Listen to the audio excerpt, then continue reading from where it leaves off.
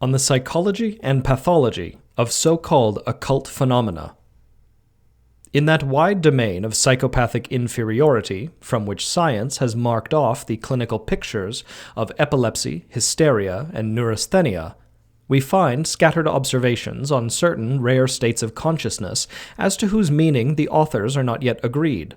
These observations crop up sporadically in the literature on narcolepsy, lethargy, sleepwalking, periodic amnesia, double consciousness, somnambulism, pathological dreaminess, pathological lying, and etc. The above-mentioned states are sometimes attributed to epilepsy, sometimes to hysteria, sometimes to exhaustion of the nervous system, neurasthenia, and sometimes they may even be accorded the dignity of a disease sui generis. The patients concerned occasionally go through the whole gamut of diagnoses, from epilepsy to hysteria and simulated insanity. It is, in fact, exceedingly difficult and sometimes impossible to distinguish these states from the various types of neuroses, but, on the other hand, certain features point beyond pathological inferiority to something more than a merely analogical relationship with the phenomena of normal psychology, and even with the psychology of the supranormal, that of genius. However varied the individual phenomena may be in themselves, there is certainly no case that cannot be related by means of some intermediate case to others that are typical. This relationship extends deep into the clinical pictures of hysteria and epilepsy. Recently, it has even been suggested that there is no definite borderline between epilepsy and hysteria, and that a difference becomes apparent only in extreme cases. Steffens, for example, says, quote, "We are forced to the conclusion that in essence, hysteria and epilepsy are not fundamentally different, that the cause of the disease is the same, only it manifests itself in different forms and in different degrees of intensity and duration. The delimitation of hysteria and certain borderline forms of epilepsy from congenital or acquired psychopathic inferiority likewise presents great difficulties. The symptoms overlap at every point, so that violence is done to the facts if they are regarded separately as belonging to this or that particular group. To delimit psychopathic inferiority from the normal is an absolutely impossible task, for the difference is always only more or less. Classification in the field of inferiority itself meets with the same difficulties. At best, one can only single out certain groups which crystallize around a nucleus with specially marked typical features. If we disregard the two large groups of intellectual and emotional inferiority, we are left with those which are colored preeminently by hysterical, epileptic, or neurasthenic symptoms, and which are not characterized by an inferiority either of intellect or of emotion. It is chiefly in this field, insusceptible of any sure classification, that the above-mentioned states are to be found. As is well known, they can appear as partial manifestations of a typical epilepsy or hysteria, or can exist separately as psychopathic inferiorities, in which case the qualification epileptic or hysterical is often due to relatively unimportant subsidiary symptoms. Thus, somnambulism is usually classed among the hysterical illnesses, because it is sometimes a partial manifestation of severe hysteria, or because it may be accompanied by milder, so-called hysterical symptoms. Binet says, quote, "Somnambulism is not one particular and unchanging nervous condition. There are many somnambulisms." Unquote. As a partial manifestation of severe hysteria, somnambulism is not an unknown phenomenon, but as a separate pathological entity, a disease sui generis, it must be somewhat rare, to judge by the paucity of German literature on this subject. So-called spontaneous somnambulism based on a slightly hysterical psychopathic inferiority is not very common, and it is worthwhile to examine such cases more closely, as they sometimes afford us a wealth of interesting observations. Case of Miss E., aged 40, single, bookkeeper in a large business. No hereditary taint, except that a brother suffered from nerves, after a family misfortune and illness. Good education, of a cheerful disposition, not able to save money, always had some big idea in my head. She was very kind-hearted and gentle, did a great deal for her parents, who were living in modest circumstances, and for strangers. Nevertheless, she was not happy because she felt she was misunderstood. She had always enjoyed good health until a few years ago, when she said she was treated for dilation of the stomach and tapeworm. During this illness, her hair turned rapidly white. Later, she had typhoid. An engagement was terminated by the death of her fiancé from paralysis. She was in a highly nervous state for a year and a half.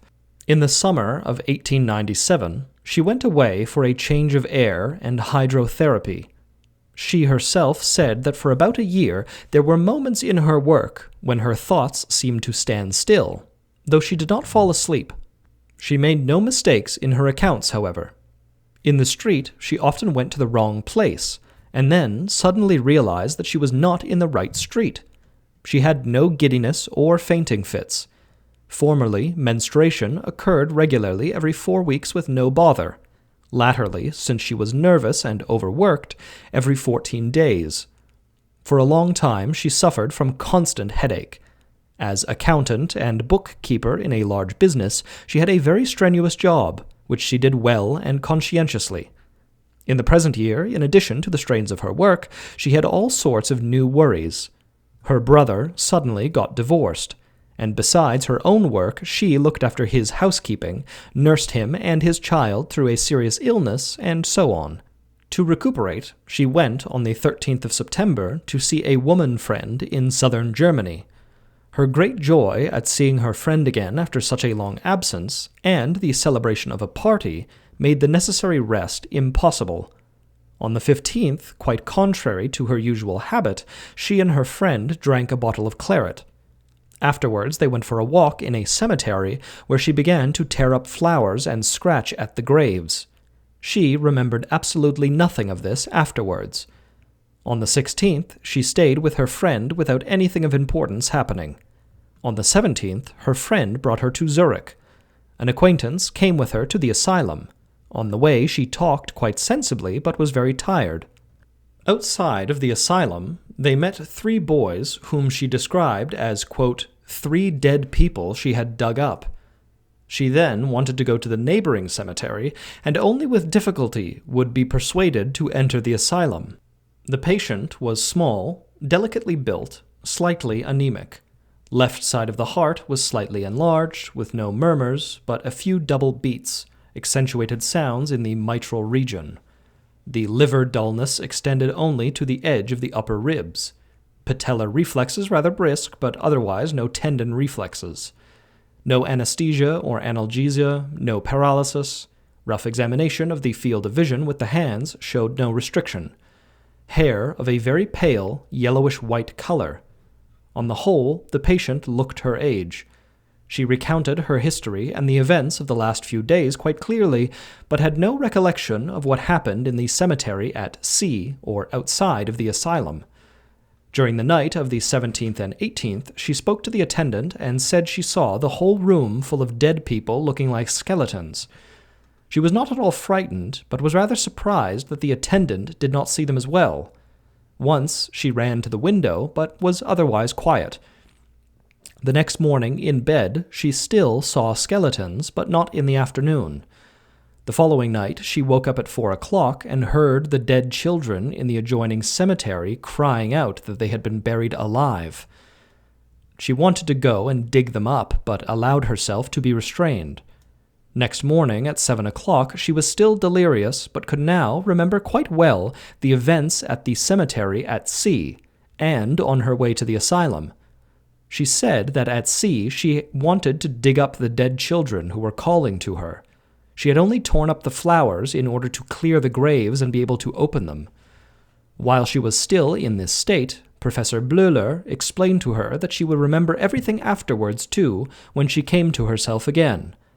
The patient slept for a few hours in the morning. Afterwards she was quite clear-headed and felt fairly well. She did indeed remember the attacks, but maintained a remarkable indifference towards them. The following nights, except on those of September 22nd and 25th, she again had short attacks of delirium in which she had to deal with the dead, though the attacks differed in detail. Twice she saw dead people in her bed. She did not appear to be frightened of them, but got out of bed so as not to embarrass them. Several times she tried to leave the room. After a few nights free from attacks, she had a mild one on September the 30th, when she called to the dead from the window. During the day, her mind was quite clear. On the 3rd of October, while fully conscious, as she related afterwards, she saw a whole crowd of skeletons in the drawing room.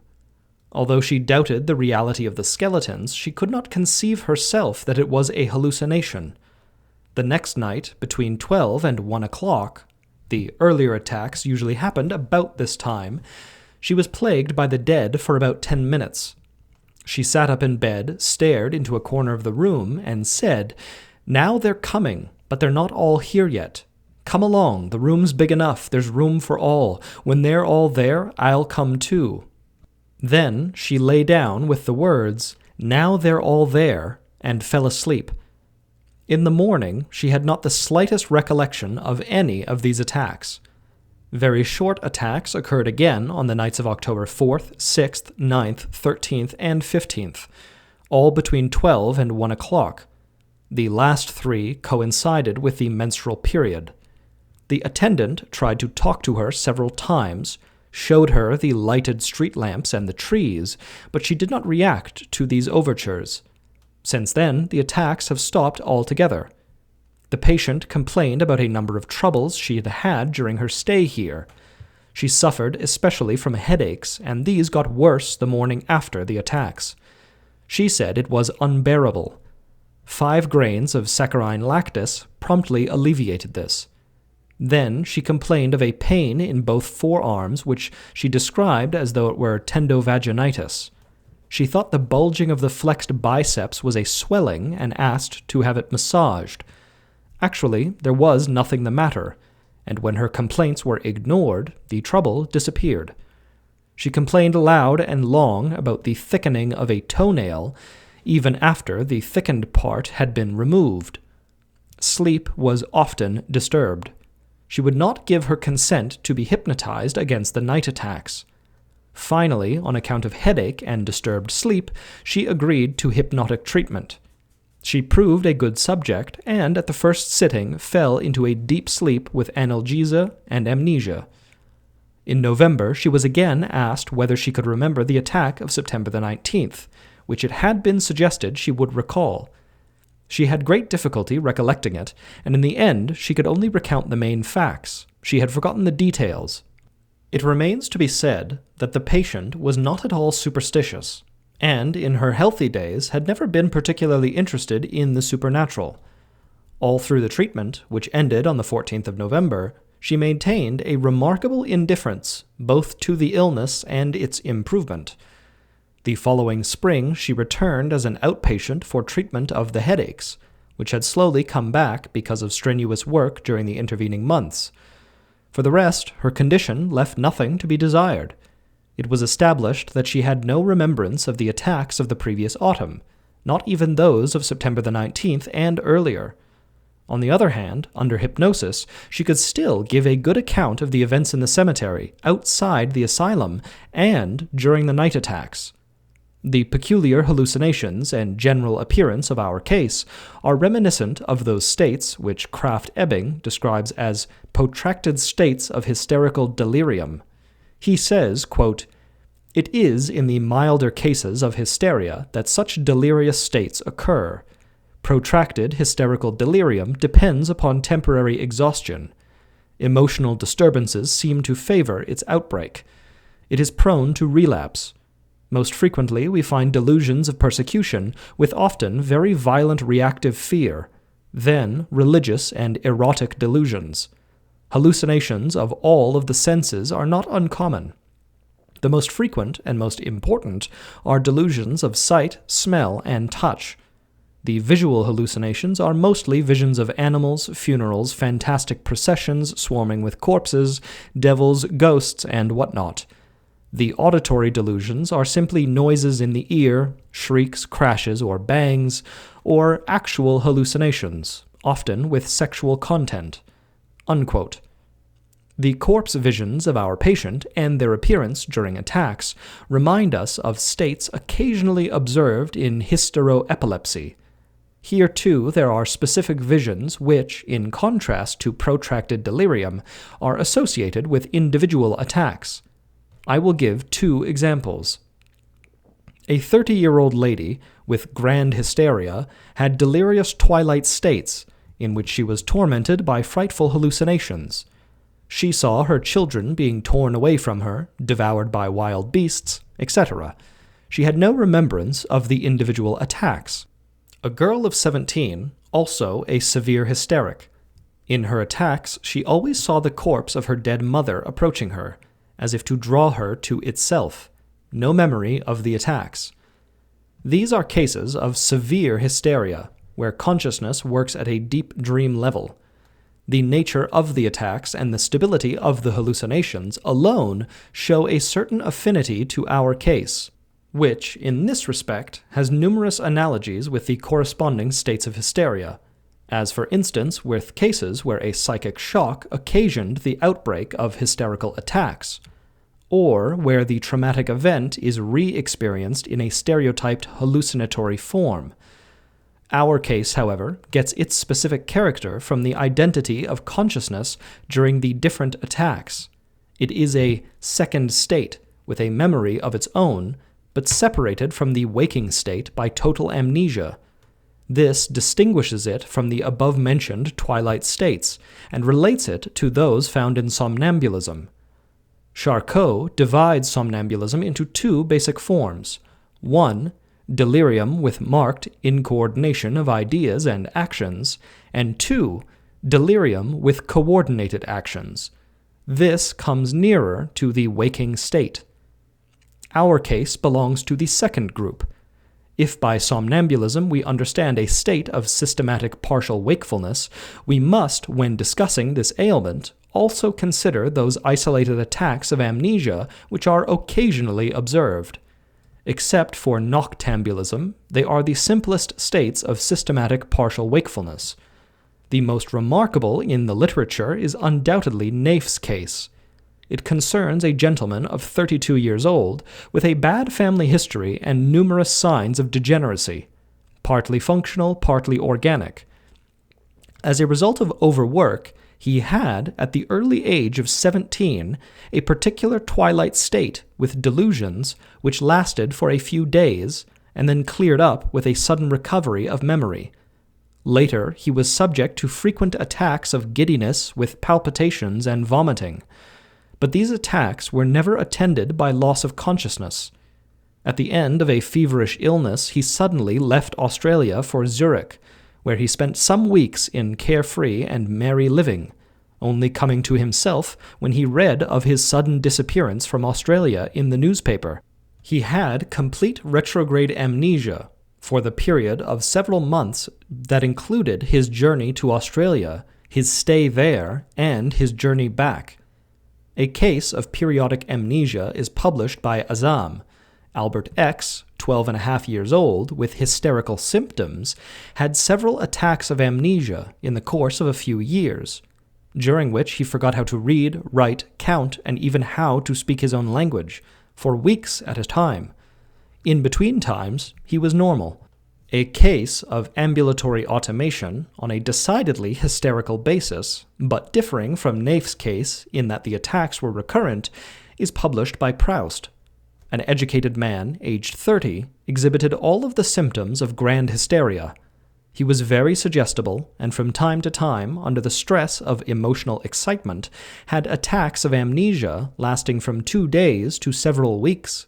While in these states, he wandered about, visited relatives, smashed various things in their houses, contracted debts, and was even arrested and convicted for picking pockets. There is a similar case of vagrancy in Boteau. A widow of 22, highly hysterical, became terrified at the prospect of an operation for salpingitis, left the hospital where she had been until then, and fell into a somnambulistic condition, from which she awoke after 3 days with total amnesia. In those 3 days, she had walked about 30 miles looking for her child. William James describes a case of an ambulatory sort. The Reverend Ansel Bourne, itinerant preacher, 30 years old, psychopath, had, on several occasions, attacks of unconsciousness lasting an hour. One day, January 17, 1887, he suddenly disappeared from Greene, Rhode Island, after having lifted $551 from a bank. He was missing for 2 months, during which time he ran a little grocery store in Norristown, Pennsylvania, under the name of A.J. Brown, carefully attending to all the purchases himself, although he had never done this sort of work before. On March 14th, he suddenly awoke and went back home. Complete amnesia for the interval. Mesnay published this case. F., 27 years old, sergeant in the African Regiment, sustained an injury of the parietal bone at Bazai, suffered for a year from hemiplegia, which disappeared when the wound healed. During the illness, he had somnambulistic attacks with marked restriction of consciousness. All of the sense functions were paralyzed except for the sense of taste and a little bit of the sense of sight. Movements were coordinated, but their performance in overcoming obstacles was severely limited. During attacks, the patient had a senseless collecting mania. Through various manipulations, his consciousness could be given a hallucinatory content. For instance, if a stick was placed in his hand, the patient would immediately feel himself transported to a battle scene, would put himself on guard, see the enemy approaching, etc. Guinon and Sophie Voltke made the following experiments with hysterics. A blue glass was held in front of a female patient during a hysterical attack, and she regularly saw a picture of her mother in the blue sky. A red glass showed her a bleeding wound, a yellow one an orange cellar or a lady in a yellow dress. Mesnay's case recalls the cases of sudden restriction of memory. Macnish tells of a case of this sort. An apparently healthy young woman suddenly fell into an abnormally long sleep, apparently with no prodromal symptoms. On waking, she had forgotten the words for and all knowledge of the simplest things. She had to learn how to read, write, and count all over again, at which she did make rapid progress. After a second prolonged sleep, she awoke as her normal self, with no recollection of the intervening state. These states alternated for more than 4 years, during which time consciousness showed continuity within the two states, but was separated by amnesia from the consciousness of the normal state. These selected cases of various kinds of changes in consciousness each throw some light on our case. Naif's case presents 2 hysteriform lapses of memory, one of which is characterized by delusional ideas, and the other by its long duration, restriction of consciousness, and the desire to wander. The peculiar, unexpected impulses are particularly clear in Proust and Mesnay. In our case, the corresponding features would be the impulsive tearing up of flowers and the digging up of graves. The patient's continuity of consciousness during attacks reminds us of the way that consciousness behaved in the Macnish case. Hence, it may be regarded as a temporary phenomenon of alternating consciousness. The dreamlike hallucinatory content of restricted consciousness in our case does not, however, appear to justify us in assigning it without qualification to this double consciousness group. The hallucinations in the second state show a certain creativeness which seems to be due to its auto-suggestibility. In Mesnay's case, we observe the appearance of hallucinatory processes through simple stimulations of touch. The patient's subconscious uses these simple perceptions for the automatic construction of complicated scenes which then take possession of his restricted consciousness. We have to take a somewhat similar view of the hallucinations of our patient. At any rate, the outward circumstances in which they arose seem to strengthen this conjecture. The walk in the cemetery induced the vision of the skeletons, and the meeting with the 3 boys evoked the hallucination of children buried alive, whose voices the patient heard at night. She came to the cemetery in a somnambulistic condition, which on this occasion was particularly intense in consequence of her having taken alcohol. She then performed impulsive actions of which her subconscious, at least, received certain impressions. The part played here by alcohol should not be underestimated. We know from experience that it not only acts adversely on these conditions, but, like every other narcotic, increases suggestibility. The impressions received in somnambulism go on working in the subconscious to form independent growths, and finally reach perception as hallucinations. Consequently, our case is closely allied to the somnambulistic dream states that have been recently subjected to penetrating study in England and France. The gaps of memory, apparently lacking content at first, acquire such through incidental auto-suggestions, and this content builds itself up automatically to a certain point. Then, probably under the influence of the improvement now beginning, its further development comes to a standstill, and finally it disappears altogether as recovery sets in. Binet and Ferrer have made numerous experiments with the implanting of suggestions in states of partial sleep. They have shown, for instance, that when a pencil is put into the anesthetic hand of a hysteric, she will immediately produce long letters in automatic writing, whose content is completely foreign to her consciousness. Cutaneous stimuli in anesthetic regions are sometimes perceived as visual images, or at least as vivid and unexpected visual ideas. These independent transmutations of simple stimuli must be regarded as the primary phenomenon in the formation of somnambulistic dream pictures. In exceptional cases, analogous phenomena occur even within the sphere of waking consciousness. Goethe, for instance, says that when he sat down, lowered his head, and vividly conjured up the image of a flower, he saw it undergoing changes of its own accord, as if entering into new combinations of form. In the half-waking state, these phenomena occur fairly often as hypnagogic hallucinations. Goethe's automatisms differ from truly somnambulistic ones because in his case, the initial idea is conscious, and the development of the automatism keeps within the bounds laid down by the initial idea, that is to say, within the purely motor or visual area. If the initial idea sinks below the threshold, or if it was never conscious at all, and its automatic development encroaches on areas in the immediate vicinity, then it is impossible to differentiate between waking automatisms and those of the somnambulistic state. This happens, for instance, if the perception of a flower associates itself with the idea of a hand plucking the flower, or with the idea of the smell of a flower. The only criterion of distinction is then simply more or less. In one case, we speak of normal waking hallucinations, and in the other of somnambulistic dream visions. The interpretation of our patient's attacks as hysterical becomes more certain if we can prove that the hallucinations were probably psychogenic in origin. This is further supported by her complaints, headache and tendovaginitis, which proved amenable to treatment by suggestion. The only aspect that the diagnosis of hysteria does not take sufficiently into account is the ateleological factor, for we would, after all, expect a priori that, in the course of an illness which responds so completely to a rest cure, features would now and then be observed which could be interpreted as symptoms of exhaustion.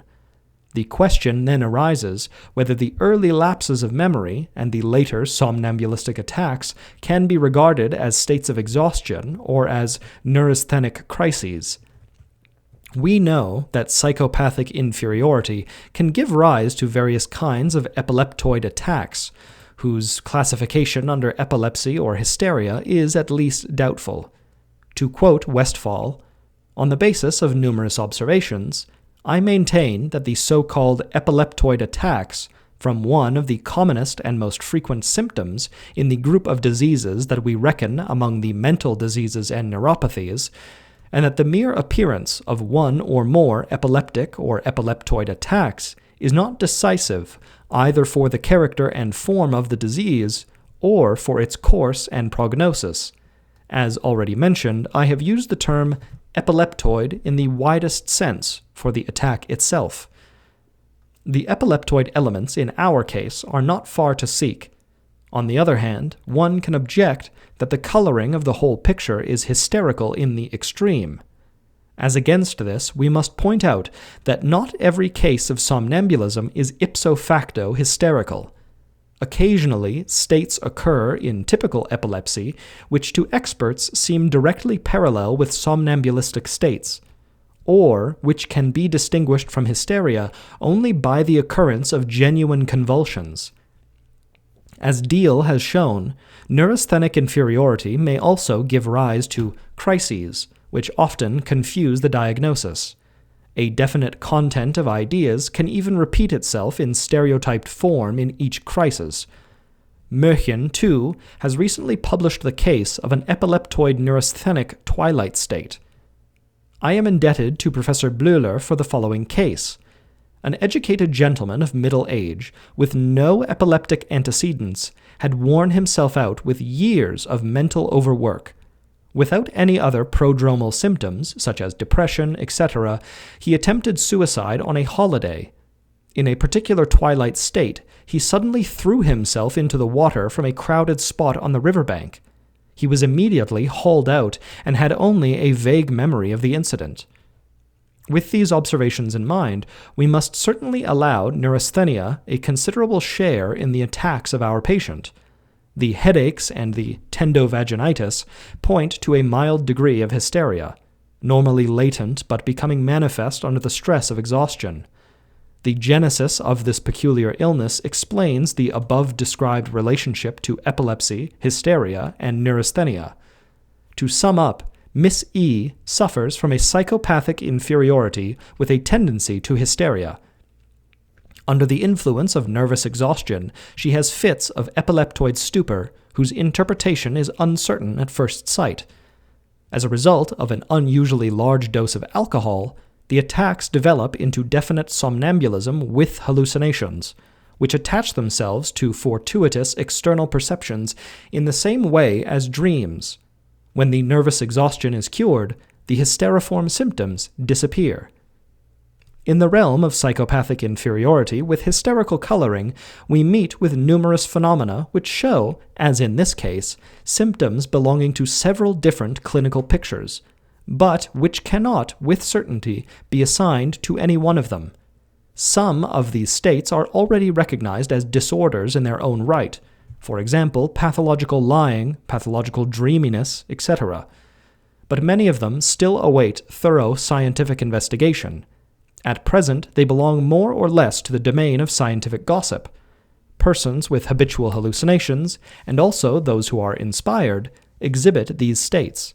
They draw the attention of the crowd to themselves, now as poets or artists, now as saviors, prophets, or founders of new sects.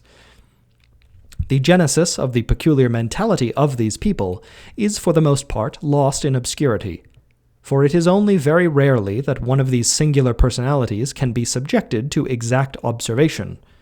In view of the sometimes great historical significance of such persons, it were much to be wished that we had enough scientific material to give us closer insight into the psychological development of their peculiarities. Apart from the now practically useless productions of the pneumatological school at the beginning of the 19th century, there is a remarkable dearth of competent observations in the German scientific literature of the subject. Indeed, there seems to be a real aversion to investigation in this field. For the facts so far gathered, we are indebted almost exclusively to the labors of French and English workers. It therefore seems at least desirable that our literature should be enlarged in this respect. These reflections have prompted me to publish some observations which will perhaps help to broaden our knowledge of the relations between hysterical twilight states and the problems of normal psychology. Part 2. A case of somnambulism in a girl with poor inheritance. (Spiritualistic medium). The following case was under my observation during the years 1899 and 1900. As I was not in medical attendance upon Miss S.W., unfortunately no physical examination for hysterical stigmata could be made. I kept a detailed diary of the séances, which I wrote down after each sitting. The report that follows is a condensed account from these notes. Out of regard for Miss S.W. and her family, a few unimportant data have been altered and various details omitted from her romances, which for the most part are composed of very intimate material. Anamnesis. Miss S.W., 15.5 years old, Protestant. The paternal grandfather was very intelligent, a clergyman who frequently had waking hallucinations, mostly visions, but often whole dramatic scenes with dialogue, etc. A brother of her grandfather was feeble-minded, an eccentric who also saw visions. One of his sisters was also a peculiar, odd character. The paternal grandmother, after a feverish illness in her 20th year, typhoid fever, had a trance lasting for 3 days, from which she did not begin to awake until the crown of her head was burnt with a red-hot iron. Later on, when emotionally excited, she had fainting fits. These were nearly always followed by a brief somnambulism during which she uttered prophecy. The father, too, was an odd, original personality with bizarre ideas. 2 of his brothers were the same. All 3 had waking hallucinations, second sight, premonitions, etc. A third brother was also eccentric and odd, talented but one-sided. The mother has a congenital psychopathic inferiority, often bordering on psychosis. One sister is a hysteric and a visionary. Another sister suffers from nervous heart attacks. S.W. is of delicate build, skull somewhat rachitic, though not noticeably hydrocephalic. Face is rather pale, eyes are dark, with a peculiar penetrating look. She has had no serious illnesses. At school she passed for average, showed little interest, and was inattentive. In general, her behavior was rather reserved, but this would suddenly give place to the most exuberant joy and exaltation. Of mediocre intelligence with no special gifts, neither musical nor fond of books, she prefers handwork or just sitting around and daydreaming. Even at school she was often absent-minded, misread in a peculiar way when reading aloud. For instance, instead of the word Ziege, she would say Geiss, and instead of Treppe, she would say Stege. This happened so often that her brothers and sisters used to laugh at her. Otherwise, there were no abnormalities to be noticed about S.W., and especially no serious hysterical symptoms. Her family were all artisans and business people with very limited interests. Books of a mystical nature were never allowed in the family. Her education was deficient, apart from the fact that there were many brothers and sisters. All given a very casual education, the children suffered a great deal from the inconsequent, vulgar, and often brutal treatment they received from their mother. The father, a very preoccupied businessman, could not devote much time to his children, and died when S.W. was still adolescent. In these distressing circumstances, it is no wonder that she felt shut in and unhappy.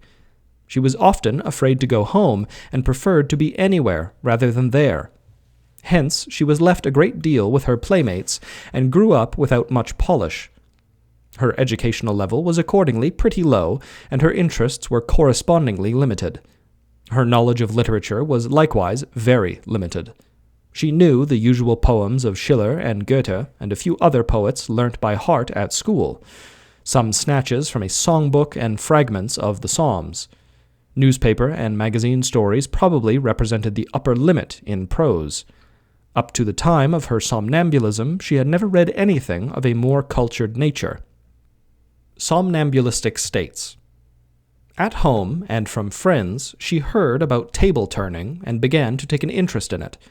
She asked to be allowed to take part in such experiments, and her desire was soon gratified.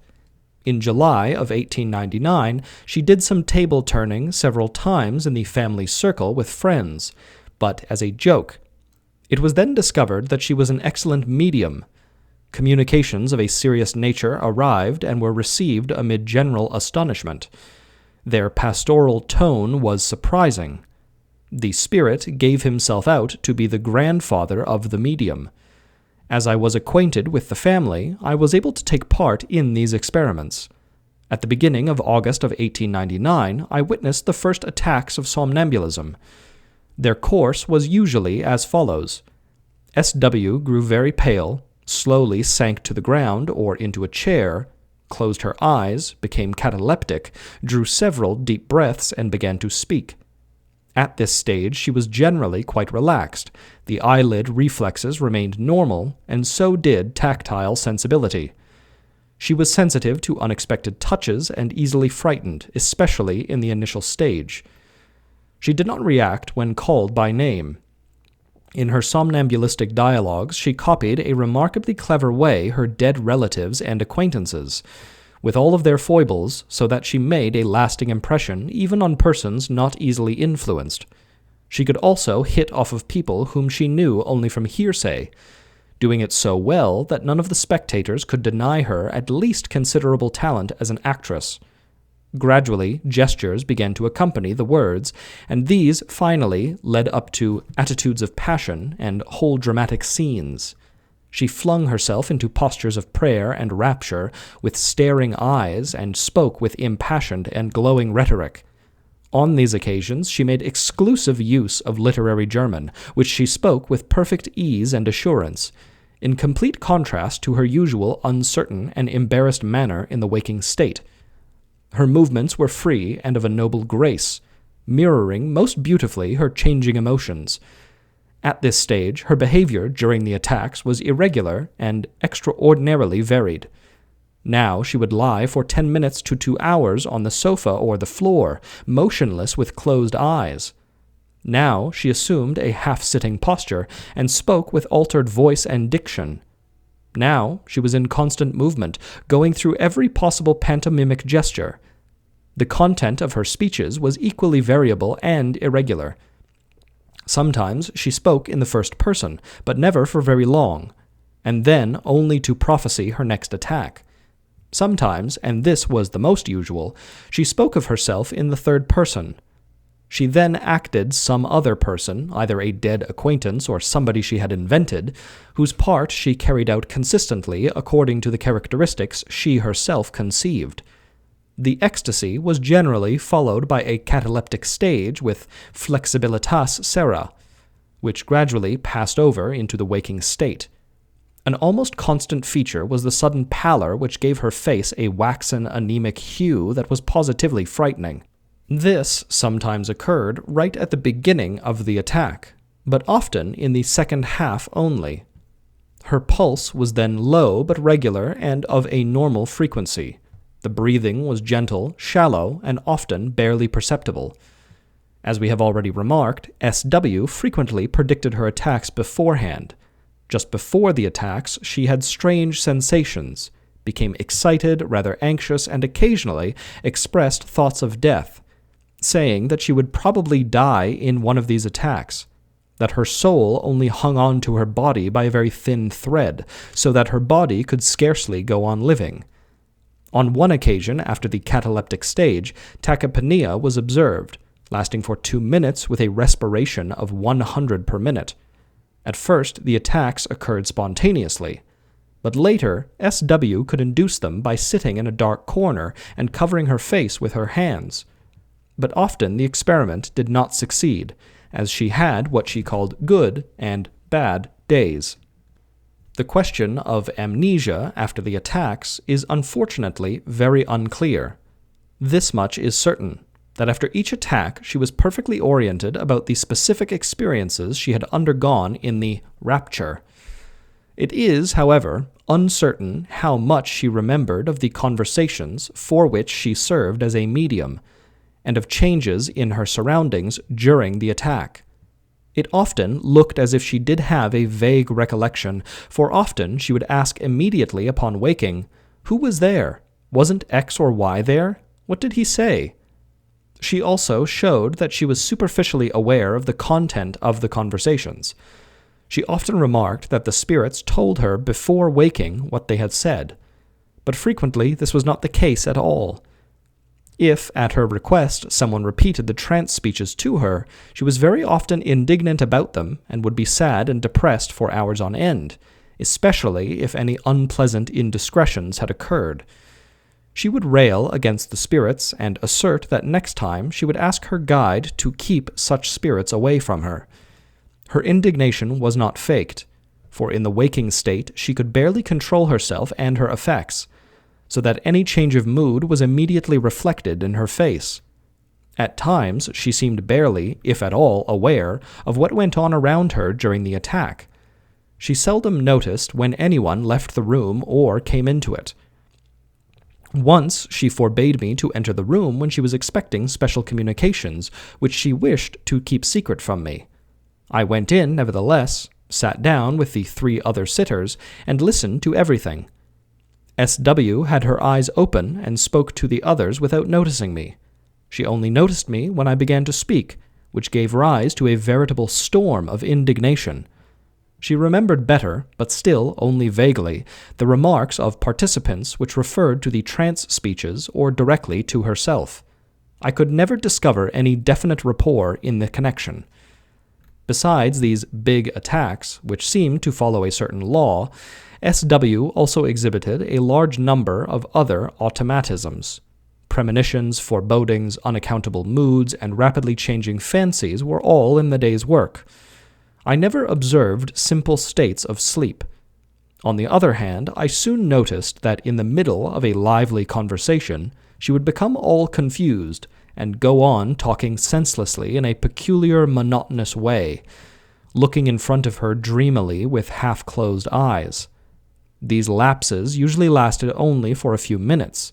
Then she would suddenly go on, "Yes, what did you say?" At first, she would not give any information about these lapses, saying evasively that she felt a bit giddy, had a headache, etc. Later, she simply said, "They were there again," meaning her spirits. She succumbed to these lapses very much against her will. Often she struggled against them.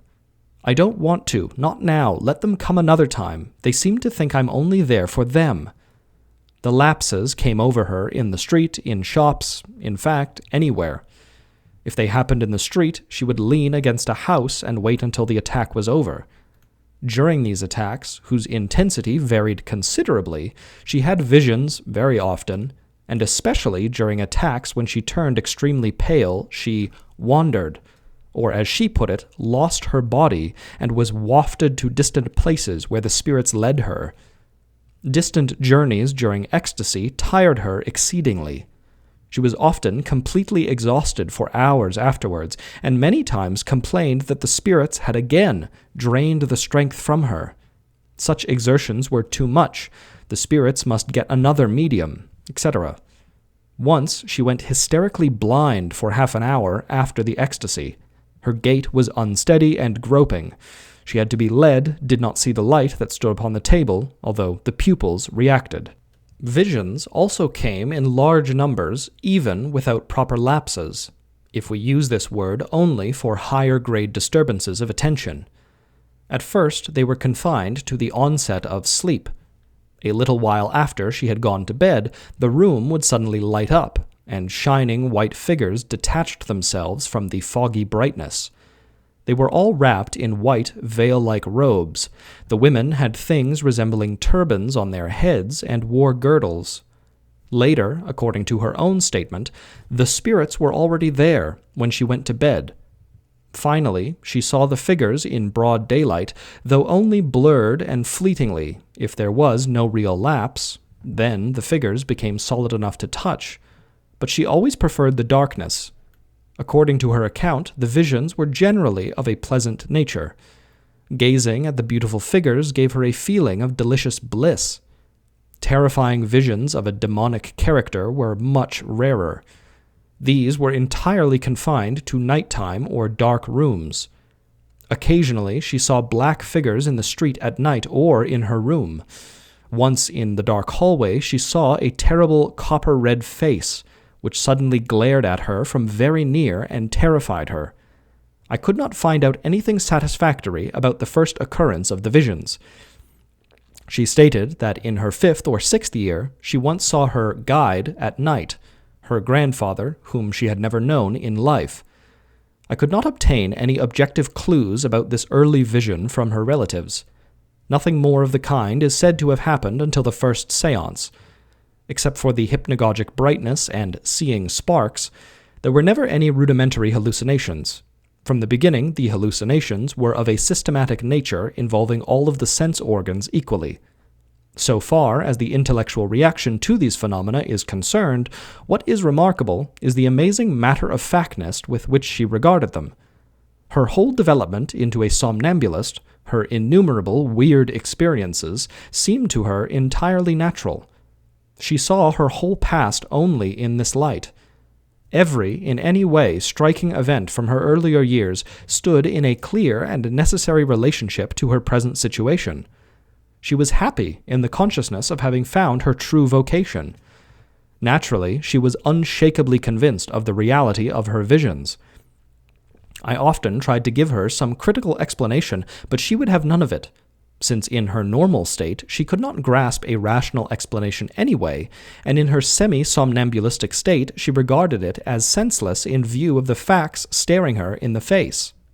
She once said, "I do not know if what the spirits say and teach me is true, nor do I know if they really are the people that they call themselves, but that my spirits exist is beyond question. I see them before me, I can touch them. I speak to them about everything I wish as naturally as I'm talking to you. They must be real." She absolutely would not listen to the idea that her manifestations were a kind of illness. Doubts about her health or about the reality of her dream world distressed her deeply. She felt so hurt by my remarks that she was closed up in my presence, and for a long time refused to experiment if I was there. Hence, I took care not to express my doubts and misgivings aloud. On the other hand, she enjoyed the undivided respect and admiration of her immediate relatives and acquaintances, who asked her advice about all sorts of things. In time, she obtained such an influence over her followers that 3 of her sisters began to hallucinate as well. The hallucinations usually began as night dreams of a very vivid and dramatic kind, which gradually passed over into the waking state, partly hypnagogic, partly hypnopompic. A married sister in particular had extraordinarily vivid dreams that developed logically from night to night, and finally appeared in her waking consciousness, first as indistinct delusions, and then as real hallucinations. But they never reached the plastic clearness of S.W.'s visions. Thus, she once saw in a dream a black demonic figure at her bedside in a vigorous argument with a beautiful white figure who was trying to restrain the black one. Nevertheless, the black figure seized her by the throat and started to choke her, and then she awoke. Bending over her, she saw a black shadow with human outlines, and near to it a cloudy white figure. The visions disappeared only when she lighted the candle. Similar visions were repeated dozens of times. The visions of the other 2 sisters were similar but less intense. The type of attack we have described, with its wealth of fantastic visions and ideas, had developed in less than a month, reaching a climax which was never to be surpassed. What came later was only an elaboration of all of the thoughts and the cycles of visions that had been more or less foreshadowed right at the beginning. In addition to the big attacks and the little lapses, whose content, however, was materially the same, there was a third category that deserves mention. These were the semi-somnambulistic states. They occurred at the beginning or end of the big attacks, but also independently of them. They developed slowly in the course of the first month. It is not possible to give a more precise date for their appearance. What was especially noticeable in this state was the rigid expression of the face, the shining eyes, and a certain dignity and stateliness of movement. In this condition, S.W. was herself, or rather her somnambulist ego. She was fully oriented to the external world, but seemed to have one foot in her dream world. She saw and heard her spirits, saw how they walked around the room among those present, standing now by one person and now by another. She had a clear memory of her visions, of her journeys and the instructions that she received. She spoke quietly, clearly, and firmly, and was always in a serious, almost solemn mood. Her whole being glowed with deep religious feeling, free from any pietistic flavor, and her speech was in no way influenced by the biblical jargon of her guide. Her solemn behavior had something sorrowful and melancholy about it. She was painfully conscious of the great difference between her nocturnal ideal world and the crude reality of day. This state was in sharp contrast to her waking existence. In it there was no trace of that unstable and inharmonious creature, of that brittle nervous temperament which was so characteristic of her usual behavior. Speaking with her, you had the impression of speaking with a much older person, who, through numerous experiences, had arrived at a state of calm composure. It was in this state that she achieved her best results, whereas her romances corresponded more closely to her waking interests. The semi-somnambulism usually appeared spontaneously, as a rule during the table-turning experiments, and it always began by SW's knowing beforehand what the table was going to say. She would then stop table-turning, and after a short pause would pass suddenly into an ecstasy. She proved to be very sensitive. She could guess and answer simple questions devised by a member of the circle who was not himself a medium. It was enough to lay a hand on the table or on her hands to give her the necessary clues. Direct thought transference could never be established. Besides the obvious broadening of her whole personality, the continued existence of her ordinary character was all the more startling. She talked with unconcealed pleasure about all her little childish experiences, the flirtations and love secrets, the naughtiness and rudeness of her companions and playmates. To anyone who did not know her secrets, she was just a girl of 15.5, no different from thousands of other girls. So much the greater was people's astonishment when they came to know her other side. Her relatives could not grasp the change at first. Part of it they never understood at all. So that there were often bitter arguments in the family, some of them siding with SW and others against her, either with gushing enthusiasm or with contemptuous censure of her superstition. Thus, SW, during the time that I knew her, led a curiously contradictory life, a real double life with two personalities existing side by side or in succession, each continually striving for mastery. I will now give some of the most interesting details of the séances in chronological order. Records of séances. First and second sittings, August of 1899. SW at once took control of the communications. The psychograph, for which an overturned tumbler was used, the two fingers of the right hand being placed upon it, moved with lightning speed from letter to letter. Slips of paper, marked with letters and numbers, had been arranged in a circle around the glass. It was communicated that the medium's grandfather was present and would speak to us. There now followed numerous communications in quick succession, mostly of an edifying religious character, partly in properly formed words and partly with the letters transposed or in reverse order. These latter words and sentences were often produced so rapidly that one could not follow the meaning, and only discovered it afterwards by reversing the letters. Once the messages were interrupted in brusque fashion by a new communication announcing the presence of the writer's grandfather. Someone remarked jokingly, "Evidently the two spirits don't get on very well together." Darkness came on during the experiment. Suddenly, SW became very agitated, jumped up nervously, fell on her knees, and cried, there, don't you see that light, that star there?" She grew more and more excited and called for a lamp in terror. She was pale, wept, said she felt queer, did not know what was the matter with her. When a lamp was brought, she quieted down. The experiments were suspended. At the next sitting, which took place 2 days later, also in the evening, similar communications were obtained from SW's grandfather. When darkness fell, she suddenly lay back on the sofa, grew pale, closed her eyes to a slit, and lay there motionless.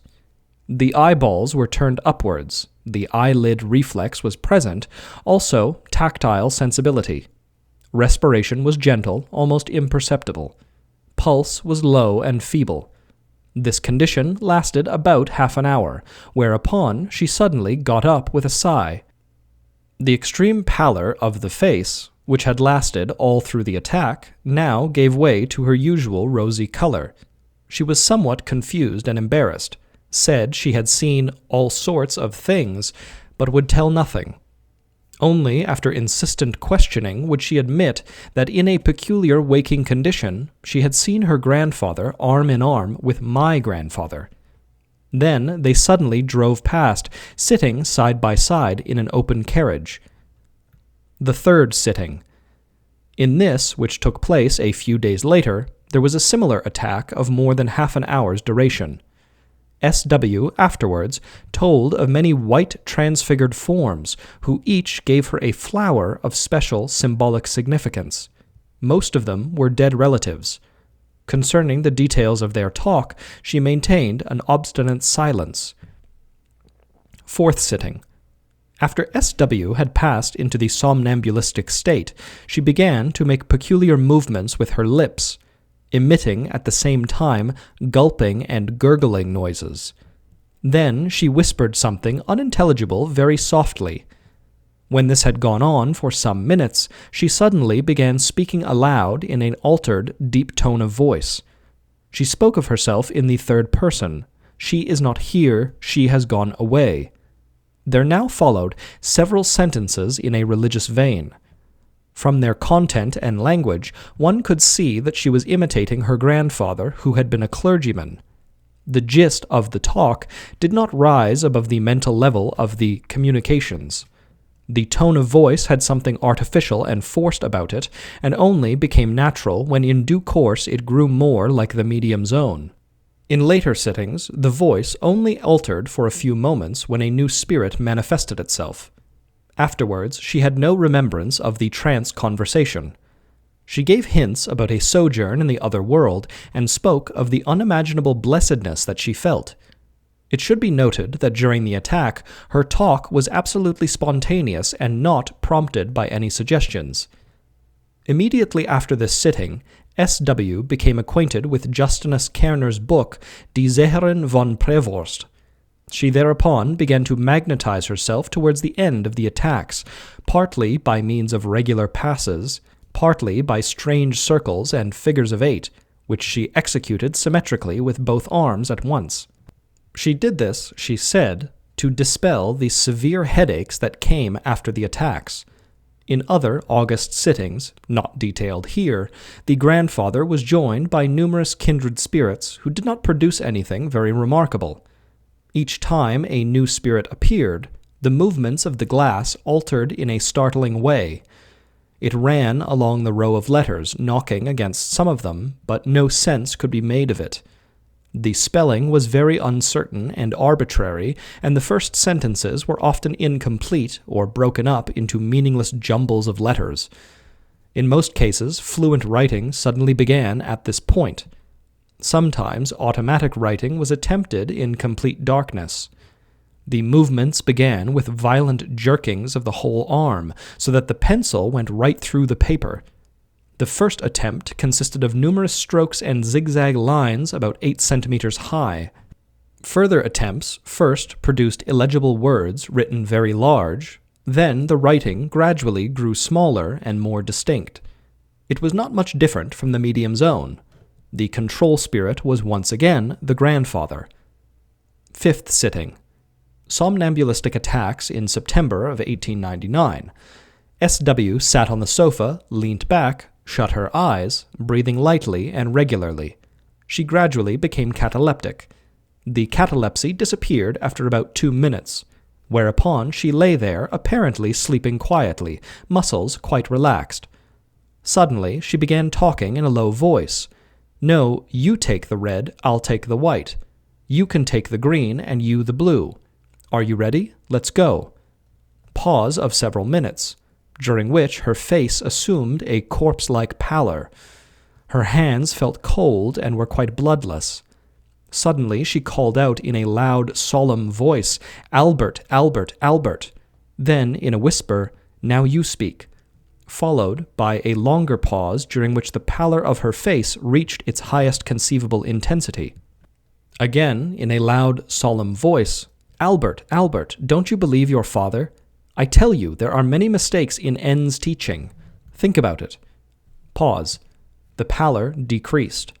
"He's very frightened, he couldn't speak any more," and these words were said in her usual conversational tone. Pause. He will certainly think about it. She went on, speaking in the same conversational tone, but in a strange idiom that sounded like French and Italian mixed, recalling now one and now the other. She spoke fluently, rapidly, and with charm. It was possible to make out a few words, but not to memorize them, because the language was so strange. From time to time, certain words recurred, like wena, wenis, wenai, wene, etc. The absolute naturalness of the performance was amazing. Now and then she paused as if someone were answering her. Suddenly she said, but this time in German, "Oh dear, is it time already?" In a sad voice, "Must I go? Goodbye, goodbye." At these words there passed over her face an indescribable expression of ecstatic happiness. She raised her arms, opened her eyes, till now closed, and looked upwards radiantly. For a moment she remained in this position, then her arms sank down slackly, her face became tired and exhausted. After a short cataleptic stage, she woke up with a sigh. "I've slept again, haven't I?" She was told she had been talking in her sleep, whereupon she became wildly annoyed, and her anger increased still more when she learned that she was talking in a foreign language. "But I told the spirits I didn't want to. I can't do it. It tires me too much." She began here to cry. "Oh God, must everything come back again like last time? Am I to be spared nothing?" The next day, at the same time, there was another attack. After S.W. had dropped off, Ulrich von Gerbenstein suddenly announced himself. He proved to be an amusing gossip, speaking fluent High German with a North German accent. Asked what S.W. was doing, he explained with much circumlocution that she was far away, and that he was here meanwhile to look after her body, its circulation, respiration, etc. He must take care that no black person got hold of her and harmed her. On insistent questioning, he said that S.W. had gone with the others to Japan to look up a distant relative and stop him from a stupid marriage. He then announced in a whisper the exact moment when the meeting took place. Forbidden to talk for a few minutes, he pointed to S.W.'s sudden pallor, remarking that materialization at such great distances cost a corresponding amount of strength. He then ordered cold compresses to be applied to her head, so as to alleviate the severe headache which would come afterwards. With the gradual return of color to her face, the conversation became more animated. There were all sorts of childish jokes and trivialities. Then UVG suddenly said, "I see them coming, but they are still very far off. I see her there like a little star." S.W. pointed to the north. We naturally asked in astonishment why they were not coming from the east, whereupon UVG laughingly replied, "They come the direct way over the North Pole. I must go now. Goodbye." Immediately afterwards, S.W. awoke with a sigh, in a bad temper, complaining of a violent headache. She said she had seen UVG standing by her body. What had he told us? She was furious about the silly chatter. Why couldn't he lay off of it for once? Sixth sitting. Began in the usual way. Extreme pallor, lay stretched out, scarcely breathing. Suddenly she spoke in a loud, solemn voice. "Well then, be frightened. I am. I warn you about N's teaching. Look, in hope there is everything needed for faith. You want to know who I am? God gives where one least expects it. Don't you know me?" Then unintelligible whispering. After a few minutes, she woke up. Seventh sitting. S.W. soon fell asleep, stretched out on the sofa. Very pale, said nothing, sighed deeply from time to time.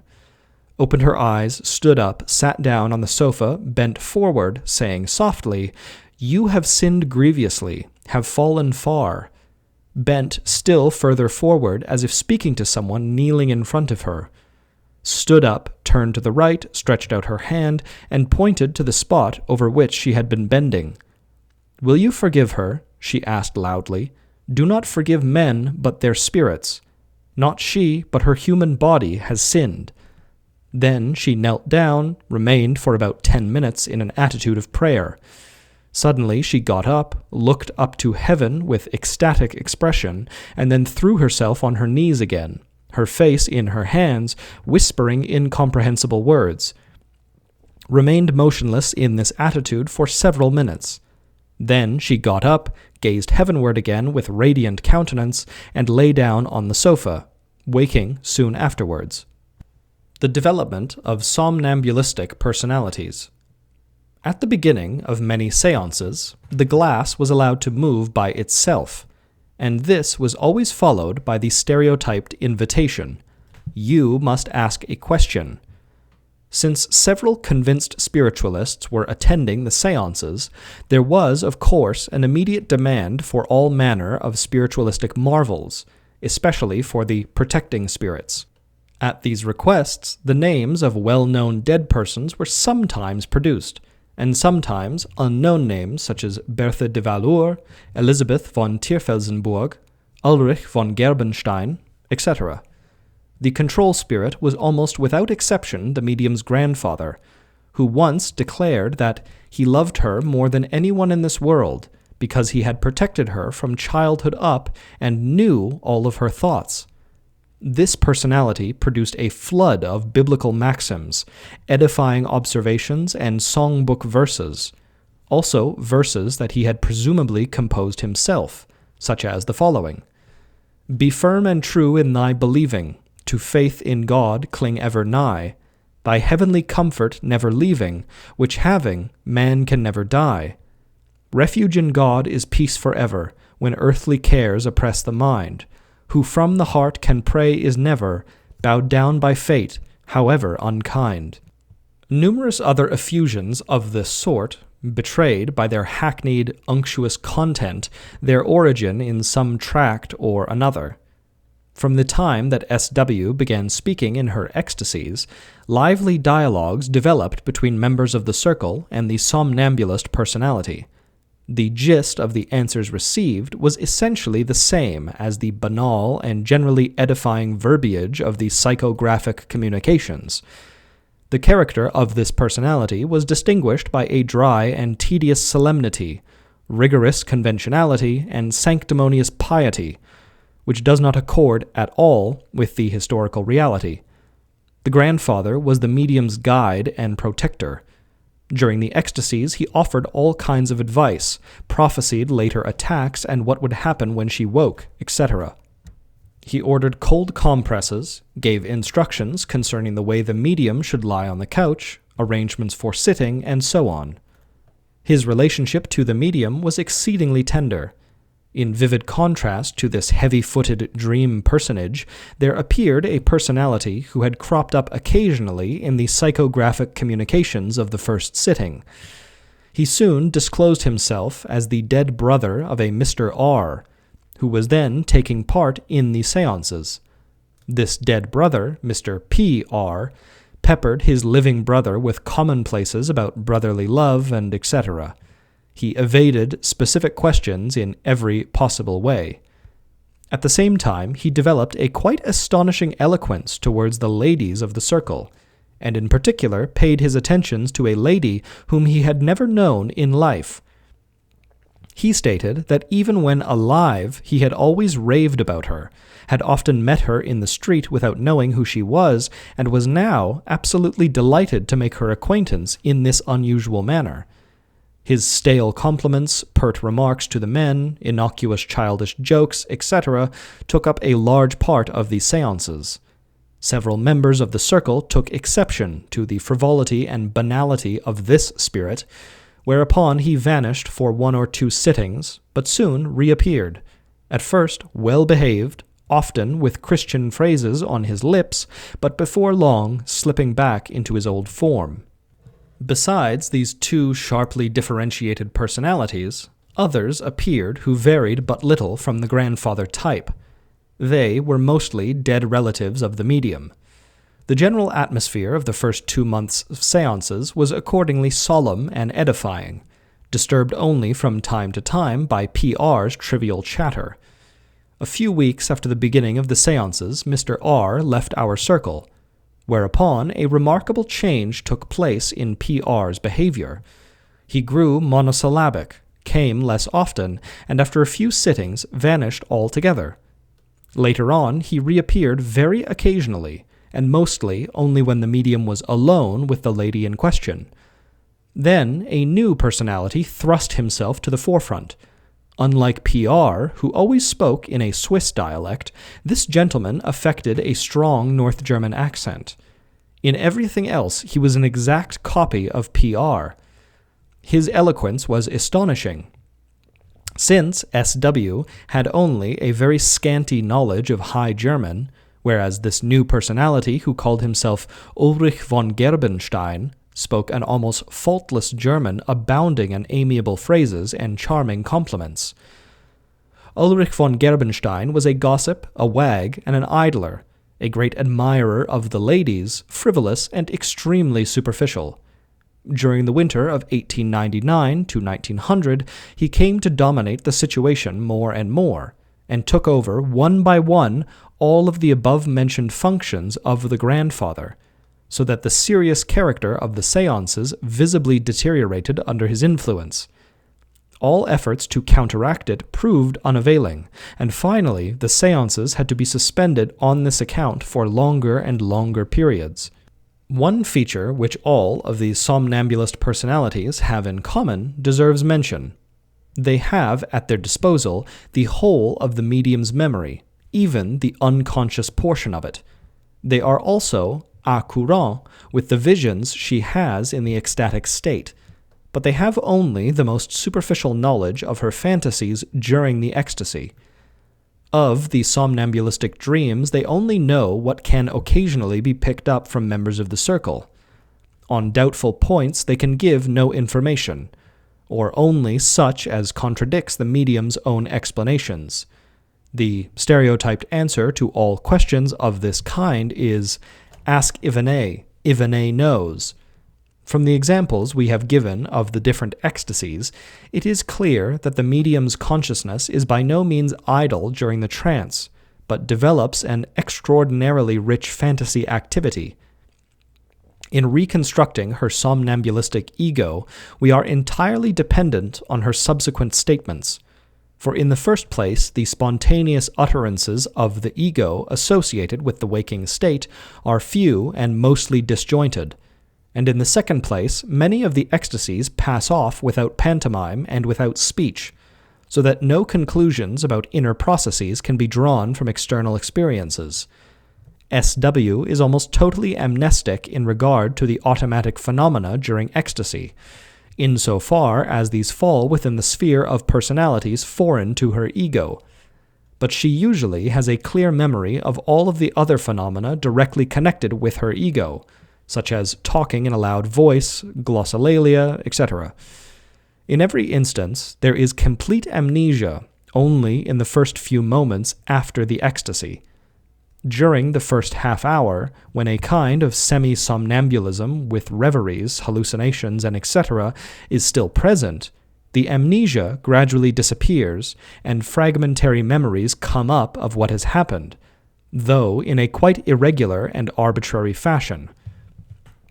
The later séances usually began by our joining hands on the table, whereupon the table immediately started to move. Meanwhile, SW gradually became somnambulistic, took her hands from the table, lay back on the sofa, and fell into an ecstatic sleep. She sometimes related her experiences to us afterwards, but was very reticent if strangers were present. Even after the first few ecstasies, she hinted that she played a distinguished role among the spirits. Like all of the spirits, she had a special name, and hers was Ivanay. Her grandfather surrounded her with quite particular care, and in the ecstasy with the flower vision, she learnt special secrets about which she still maintained the deepest silence. During the séances when her spirits spoke, she made long journeys, mostly to relatives whom she visited, or she found herself in the beyond, in that space between the stars which people think is empty, but really contains countless spirit worlds. In the semi-somnambulistic state that frequently followed her attacks, she once gave a truly poetic description of a landscape in the beyond as a wonderful moonlit valley that was destined for generations as yet unborn. She described her somnambulistic ego as a personality almost entirely freed from the body, a small but fully grown black-haired woman of a markedly Jewish type, clothed in white garments, her head wrapped in a turban. As for herself, she understood and spoke the language of the spirits, for the spirits still speak with one another from human habit, although they don't really need to because they can see one another's thoughts. She did not always actually talk with them, she just looked at them and knew what they were thinking. She traveled in the company of 4 or 5 spirits, dead relatives, and visited her living relatives and acquaintances in order to investigate their life and way of thinking. She also visited all of the places that lay on her ghostly beat. After becoming acquainted with Kerner's book, she, like the clairvoyant, felt it her destiny to instruct and improve the black spirits, who are banished to certain regions, or who dwell partly beneath the earth's surface. This activity caused her a good deal of trouble and pain, both during and after the ecstasies that she complained of suffocating feelings, violent headaches, and etc. But every fortnight on Wednesdays she was allowed to spend the whole night in the gardens of the beyond in the company of the blessed spirits. There she received instruction concerning the forces that govern the world, and the endlessly complicated relationships between human beings, and also concerning the laws of reincarnation, the star-dwellers, and etc. Unfortunately, she expatiated only on the system of world forces and reincarnation, and merely let fall an occasional remark concerning the other subjects. For instance, she once returned from a railway journey in an extremely agitated state. We thought at first that something unpleasant must have happened to her, but finally she pulled herself together and explained that a star-dweller had sat opposite to her in the train. From the description she gave of this being, I recognized an elderly merchant that I happened to know, who did have a rather unsympathetic face. Apropos of this event, she told us all the peculiarities of the star-dwellers. They have no godlike souls like men do. They pursue no science and no philosophy, but in the technical arts they are far more advanced than we are. Thus, flying machines have long been existent on Mars. The whole of Mars is covered with canals. The canals are artificial lakes and are used for irrigation.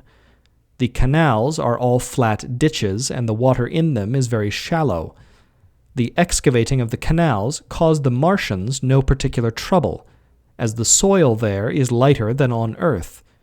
There are no bridges over the canals, but that does not prevent communication, because everybody travels by flying machine. There are no wars on the stars, because no differences of opinion exist.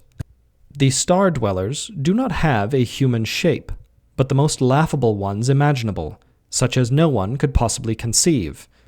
Human spirits who get permission to travel in the beyond are not allowed to set foot on the stars.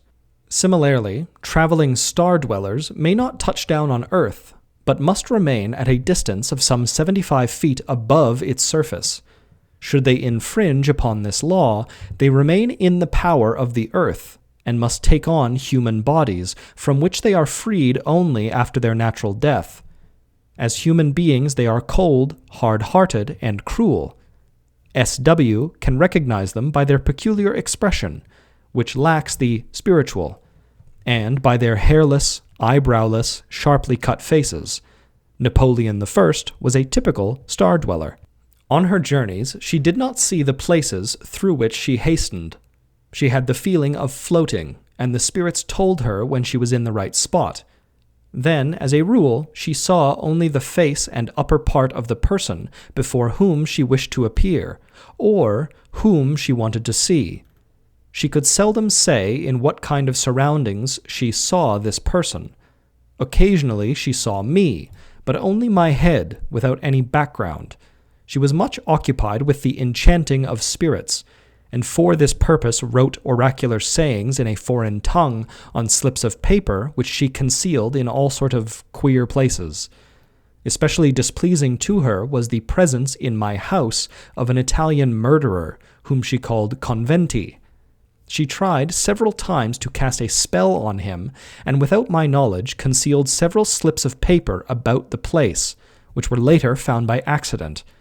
One of them had the following message written on it in red pencil: Conventi, Marsch 4 Govi Ivenis, Conventi go orden astaf vent, gen palus vent alis, ton prost afta ben genalis. Unfortunately, I never managed to get a translation, for in this manner, SW was quite unapproachable. Occasionally, the somnambulistic Ivenis spoke directly to the public. She did so in dignified language that sounded slightly precocious, but Ivenis was not boringly unctuous or irrepressibly silly like her two guides. She is a serious, mature person, devout and right-minded, full of womanly tenderness and very modest, who always submits to the opinion of others. There is something soulful and elegiac about her, an air of melancholy resignation. She longs to get out of this world. She returns unwillingly to reality. She bemoans her hard lot, her odious family circumstances. With all of this, she is something of a great lady. She orders her spirits about, despises von Gerbenstein's stupid chatter, comforts others, succors those in distress, warns and protects them from dangers to body and soul. She is the channel for the entire intellectual output of all the manifestations, though she herself ascribes this to instruction by the spirits. It is Ivenis who directly controls SW's semi-somnambulistic state. The romances. The peculiar ghost-like look in SW's eyes during her semi-somnambulism prompted some members of the circle to compare her to the clairvoyant of Prevorst. The suggestion was not without consequences. SW gave hints of earlier existences she had already lived through, and after a few weeks she suddenly discovered a whole system of reincarnations, although she had never mentioned anything of the sort before. Ivenis, she said, was a spiritual being who had certain advantages over the spirits of other human beings. Every human spirit must embody itself in the course of the centuries, but Ivenis had to embody herself at least once every 200 years. Apart from her, only two human beings shared this fate, namely Swedenborg and Miss Florence Cook, who was Crook's famous medium. SW called these two personages her brother and sister. She gave no information about their previous existences. At the beginning of the 19th century, Ivenis had been Frau Haufe, the clairvoyant of Prevorst, and at the end of the 18th century a clergyman's wife in central Germany, locality unspecified, in which capacity she had been seduced by Goethe and had borne him a son. In the 15th century she had been a Saxon countess with the poetic name of Tierfelsenburg. Ulrich von Gerbenstein was a relative from that time. The lapse of 300 years before her next incarnation, and the slip-up with Goethe, had to be atoned for by the sorrows of the clairvoyant. In the 13th century she had been a noblewoman with the name of de Valois in the south of France, and had been burnt as a witch. From the 13th century back to the time of the Christian persecutions under Nero, there had been numerous reincarnations, of which SW gave no account. During the Christian persecutions she had played a martyr's part. Then came another great darkness, back to the time of David, when Ivenis had been an ordinary Jewess. After her death as such, she had received from Astaph, an angel in one of the higher heavens, the mandate for her wonderful career. In all of her pre-existences, she had been a medium and an intermediary between this world and the beyond. Her brothers and sisters were equally old and had the same profession. In each of her pre-existences, she had invariably been married, and in this way founded a colossal family tree, with whose endlessly complicated relationships she was occupied in many of her ecstasies. Thus, sometime in the 8th century, she had been the mother of her earthly father, and, what is more, of her grandfather and mine. Hence the remarkable friendship between these two old gentlemen, otherwise strangers. As Madame de Valour, she had been my mother. When she had been burnt as a witch, I had taken it very much to heart. I had retired to a monastery in Rouen, wore a grey habit, become prior, wrote a book on botany, and died at over 80 years of age. In the refectory of the monastery there had hung a portrait of Madame de Valour, in which she was depicted in a half-sitting, half-reclining position. S.W., in the semi-somnambulistic state, often assumed this position on the sofa. It corresponds exactly to that of Madame Récamier in David's well-known painting. A gentleman who often took part in the séances and bore a distant resemblance to me was also one of her sons from that time. Around this core of relationships there now grouped themselves, at a greater or lesser distance, all the persons in any way related or known to her. One came from the 15th century, another was a cousin from the 18th century, and so on. From the three great family stocks there sprang the greater part of the races of Europe. She and her brothers and sisters were descended from Adam, who arose by materialization. The other races then in existence, from among whom Cain took his wife, were descended from monkeys. From these interrelated groups, S.W. produced a vast amount of family gossip, a spate of romantic stories, piquant adventures, etc. The special target of her romances was a lady acquaintance of mine, who, for some undiscoverable reason, was peculiarly antipathetic to her. She declared that this lady was the incarnation of a celebrated Parisian poisoner, who had achieved great notoriety in the 18th century. This lady, she maintained, still continued her dangerous work, but in a much more ingenious and refined fashion than before. Through the inspiration of the wicked spirits who accompanied her, she had discovered a fluid which, when merely exposed to the air, attracted any tuberculi bacilli flying about and formed a splendid culture medium for them. By means of this fluid, which she was in the habit of mixing with food, she had caused the death of her husband, who had indeed died from tuberculosis, also of one of her lovers, and of her own brother, so as to get his inheritance. Her eldest son was an illegitimate child by her lover. During her widowhood, she had secretly borne an illegitimate child to another lover, and had finally had illicit relations with her own brother, whom she later poisoned. In this way, S.W. wove innumerable stories in which she believed implicitly.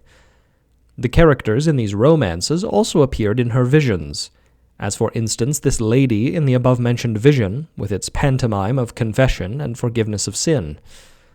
Anything at all interesting that happened in her surroundings was drawn into this system of romances and given a place in the extended relationships with a more or less clear account of the pre-existencies and influencing spirits. So it fared with all persons who made S.W.'s acquaintance.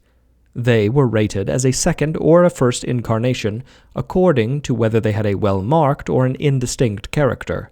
In most cases they were also designated as relatives, and always in the same quite definite way.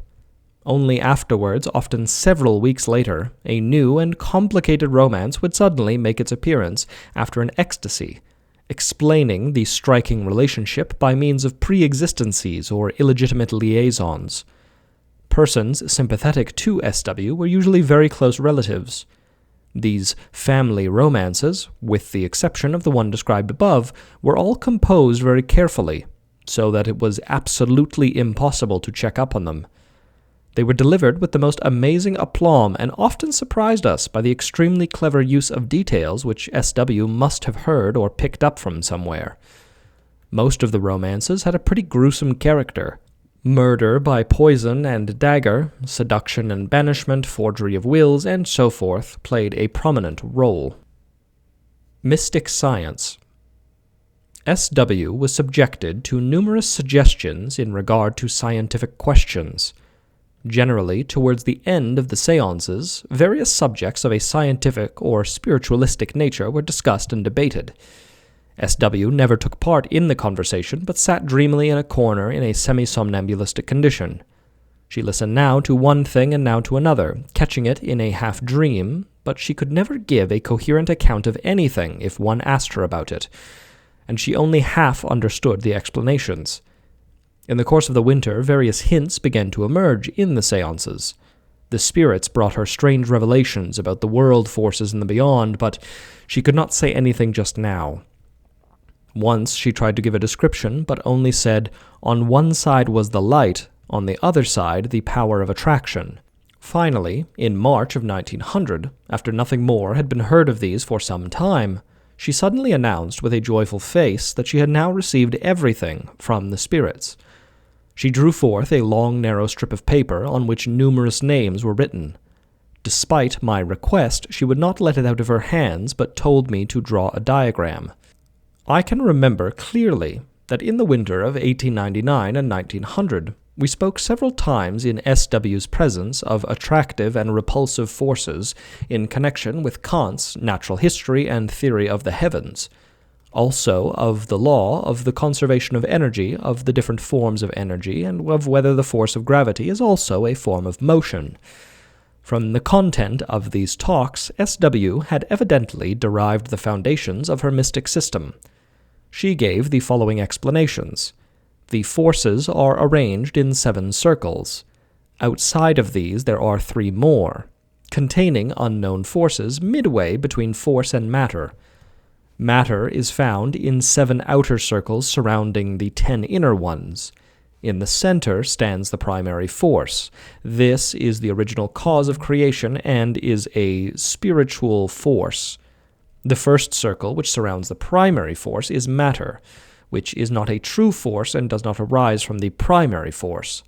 But it combines with the primary force, and from this combination arise other spiritual forces. On one side, the good or light powers, magnosaur.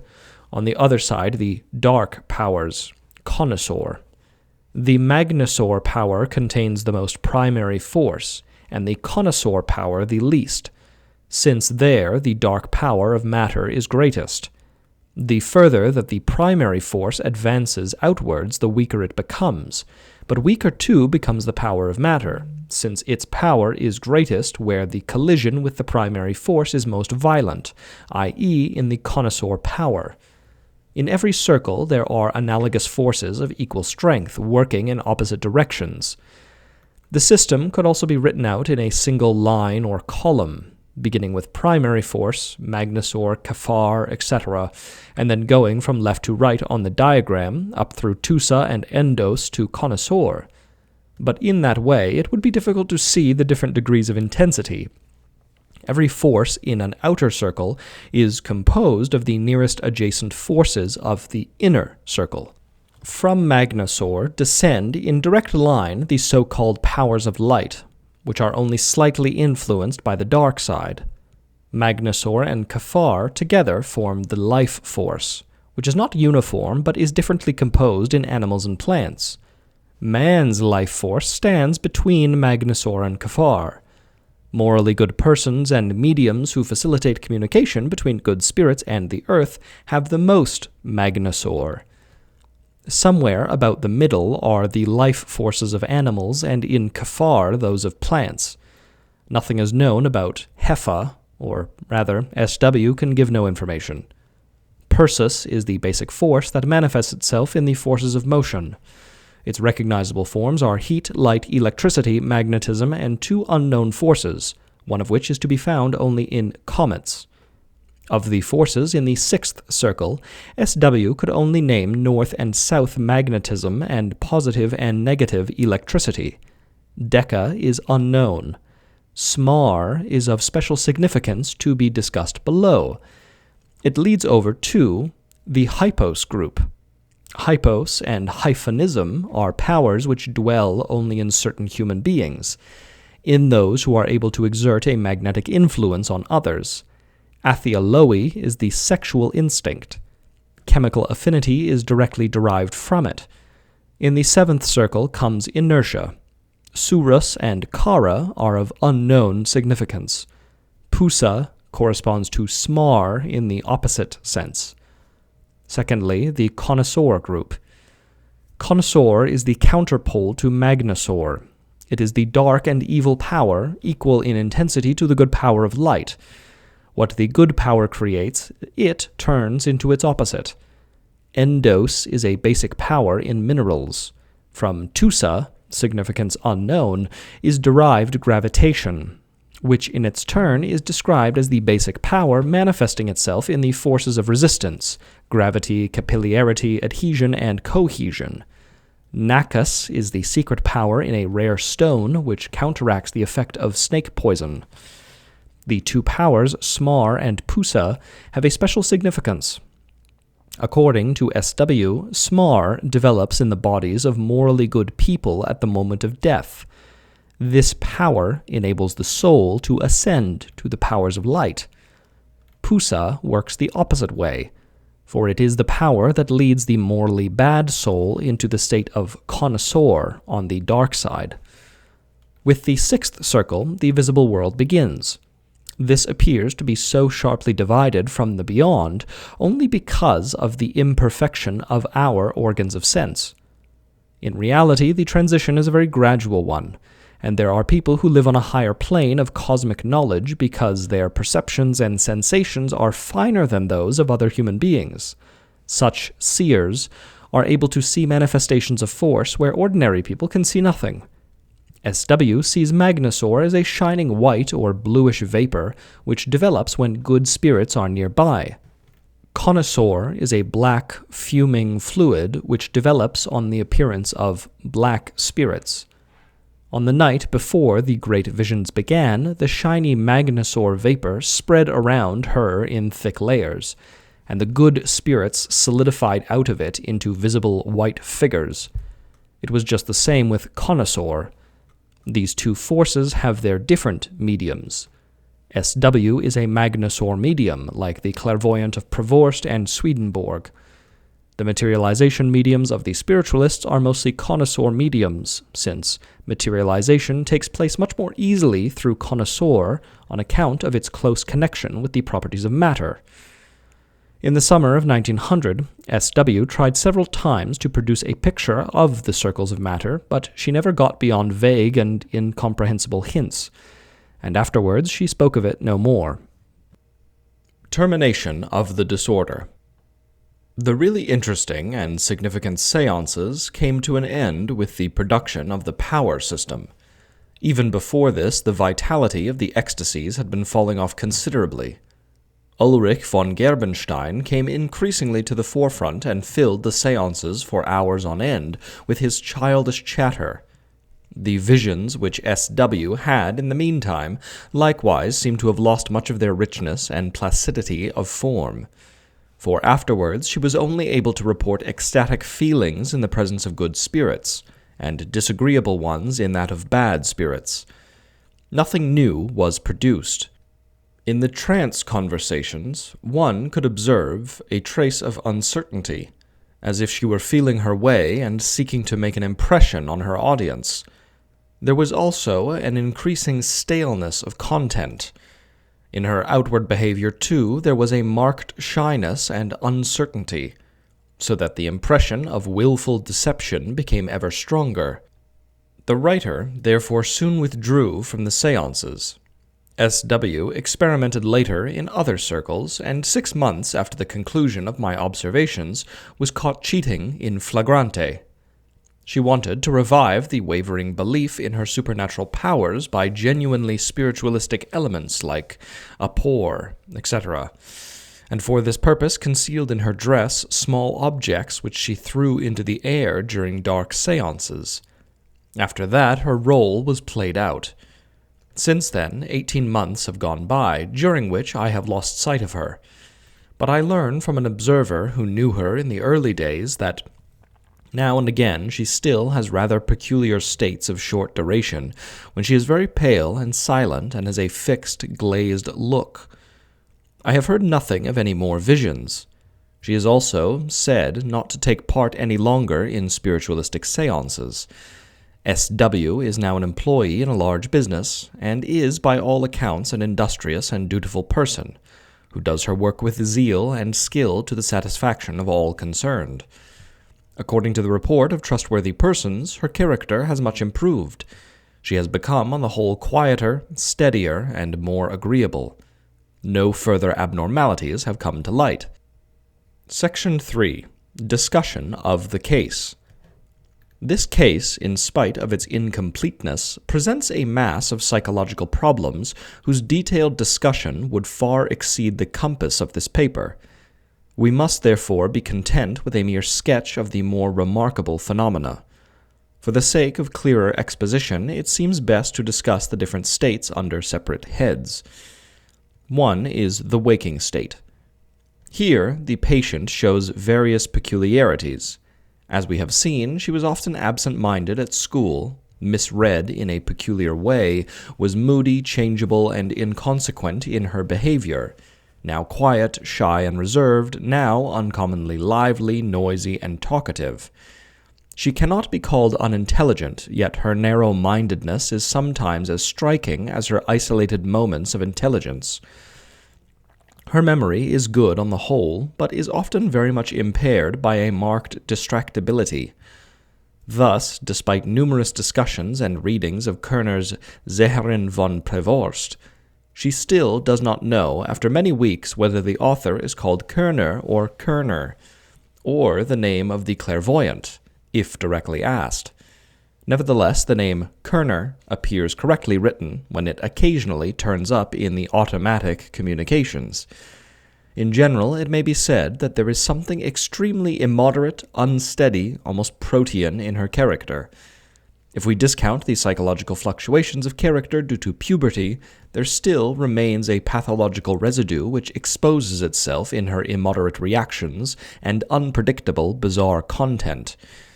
One can call this character déséquilibré, or unstable. It gets its specific cast from certain features that must be regarded as hysterical. Above all, her distractibility and her dreamy nature must be viewed in this light. As Janet maintains, the basis of hysterical anesthesias is disturbance of attention. He was able to show in youthful hysterics a striking indifference and lack of attention towards everything to do with the sphere of the perceptions. A notable instance of this, and one which beautifully illustrates hysterical distractibility, is misreading. The psychology of this process may be thought of somewhat as follows. While reading aloud, a person's attention slackens and turns towards some other object. Meanwhile, the reading continues mechanically. The sense impressions are received as before, but, owing to the distraction, the excitability of the perceptive center is reduced, so that the strength of the sense impression is no longer sufficient to fix the attention in such a way as to conduct perception along the verbal motor route.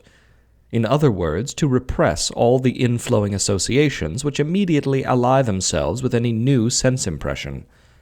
The further psychological mechanism permits of two possible explanations. 1. The sense impression is received unconsciously, i.e., below the threshold of consciousness, owing to the rise of the stimulus threshold in the perceptive center, and, consequently, it is not taken up by the conscious attention and conducted along the speech route, but only reaches verbal expression through the mediation of the nearest associations, in this case the dialect expressions for the object. 2. The sense impression is received consciously, but at the moment of entering the speech route it reaches a spot whose excitability is reduced by the distraction. At this point, the dialect word is substituted by association for the verbal motor speech image and is uttered in place of it. In either case, it is certain that the acoustic distraction fails to correct the error. Which of the two explanations is the right one cannot be determined in our case. Probably both approach the truth, for the distractibility appears to be general, affecting more than one of the centers involved in the act of reading aloud.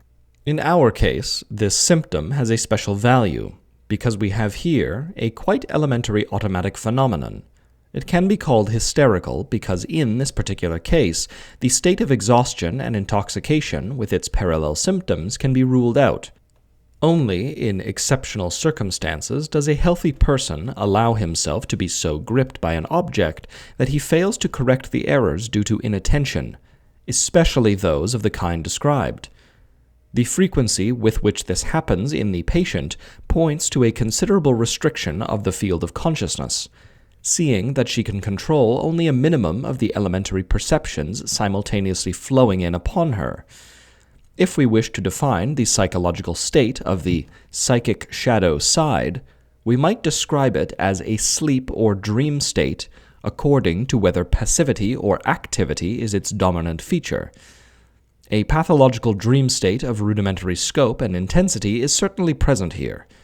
Its genesis is spontaneous, and dream states that arise spontaneously and produce automatisms are usually regarded as hysterical. It must be pointed out that instances of misreading were a frequent occurrence in our patient, and that for this reason the term hysterical is appropriate, because, so far as we know, it is only on the basis of an hysterical constitution that partial sleep or dream states occur both frequently and spontaneously. The automatic substitution of some adjacent association has been studied experimentally by Binet in his hysterical subjects. When he pricked the anesthetic hand of the patient, she did not feel the prick, but thought of points. When he moved her fingers, she thought of sticks or columns. Again, when the hand, concealed from the patient's sight by a screen, wrote saltpeter, she saw before her the word saltpeter in white writing on a black ground. This recalls the experiments of Guinan and Sophie Volke previously referred to. We thus find in our patient, at a time when there was nothing to suggest the later phenomena, rudimentary automatisms, fragments of dreaming which harbor in themselves the possibility that someday more than one association will slip in between the distractibility of her perceptions and consciousness. The misreading also reveals a certain autonomy of the psychic elements, even with a relatively low degree of distractibility. Not in any other way striking or suspicious, they develop a noticeable, if slight, productivity which approximates to that of the physiological dream. The misreading can therefore be regarded as a prodromal symptom of subsequent events, especially as its psychology is the prototype of the mechanism of somnambulistic dreams, which are in fact nothing but a multiplication and infinite variation of the elementary process we have described above. At the time of my observations, I was never able to demonstrate any other rudimentary automatisms of this kind. It seems as if the originally low-grade states of distractibility gradually grew beneath the surface of consciousness into those remarkable somnambulistic attacks, and therefore disappeared from the waking state.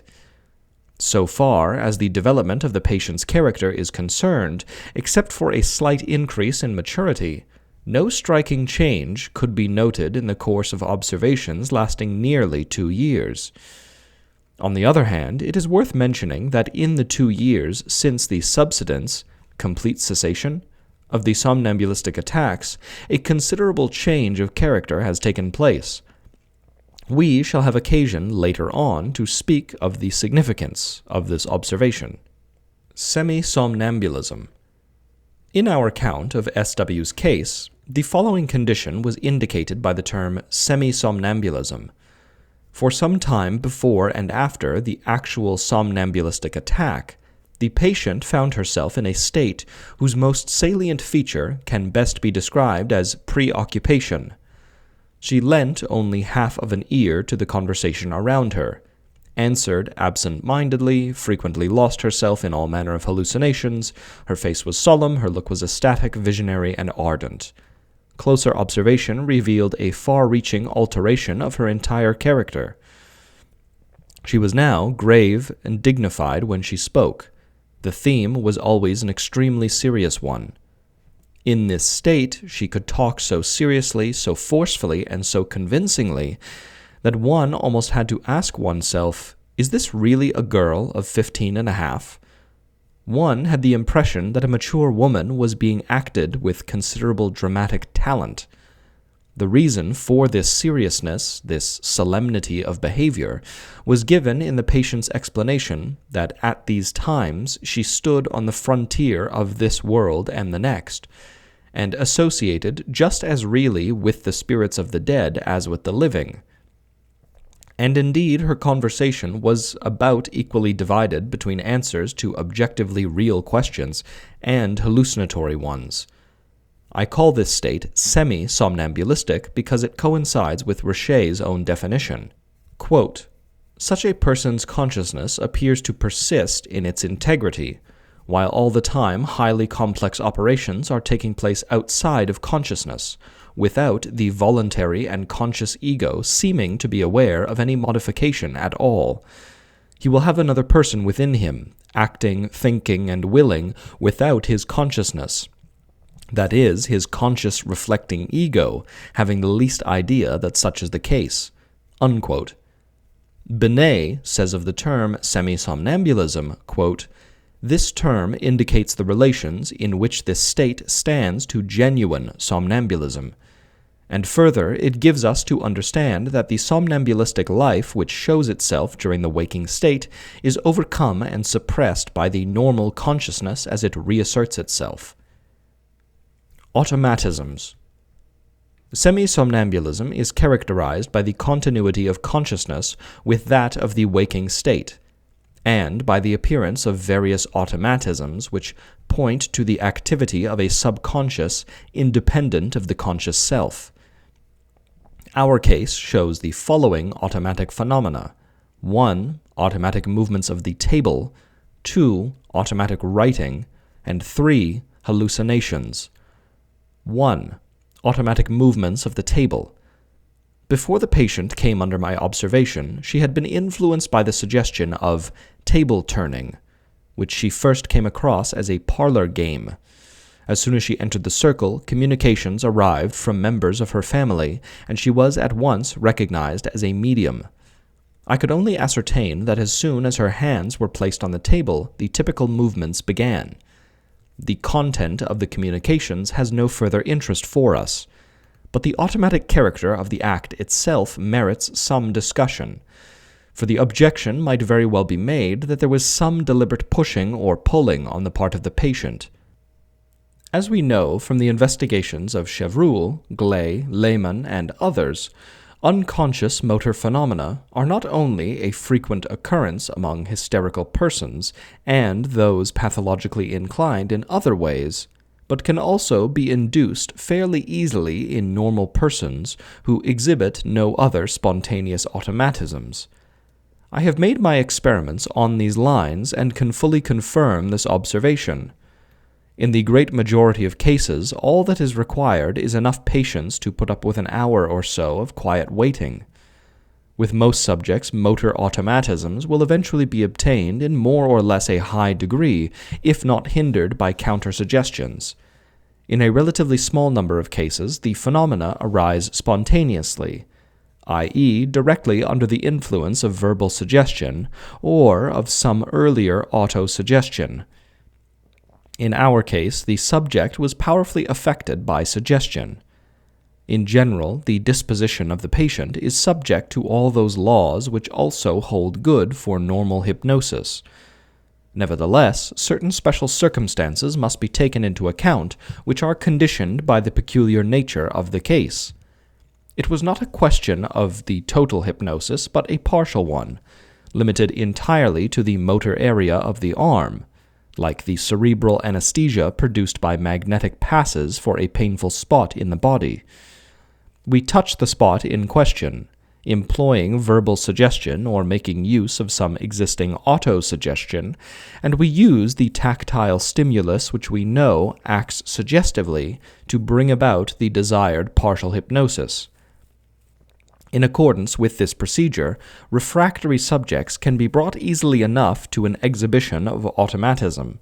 The experimenter intentionally gives the table a slight push, or better, a series of light rhythmical taps.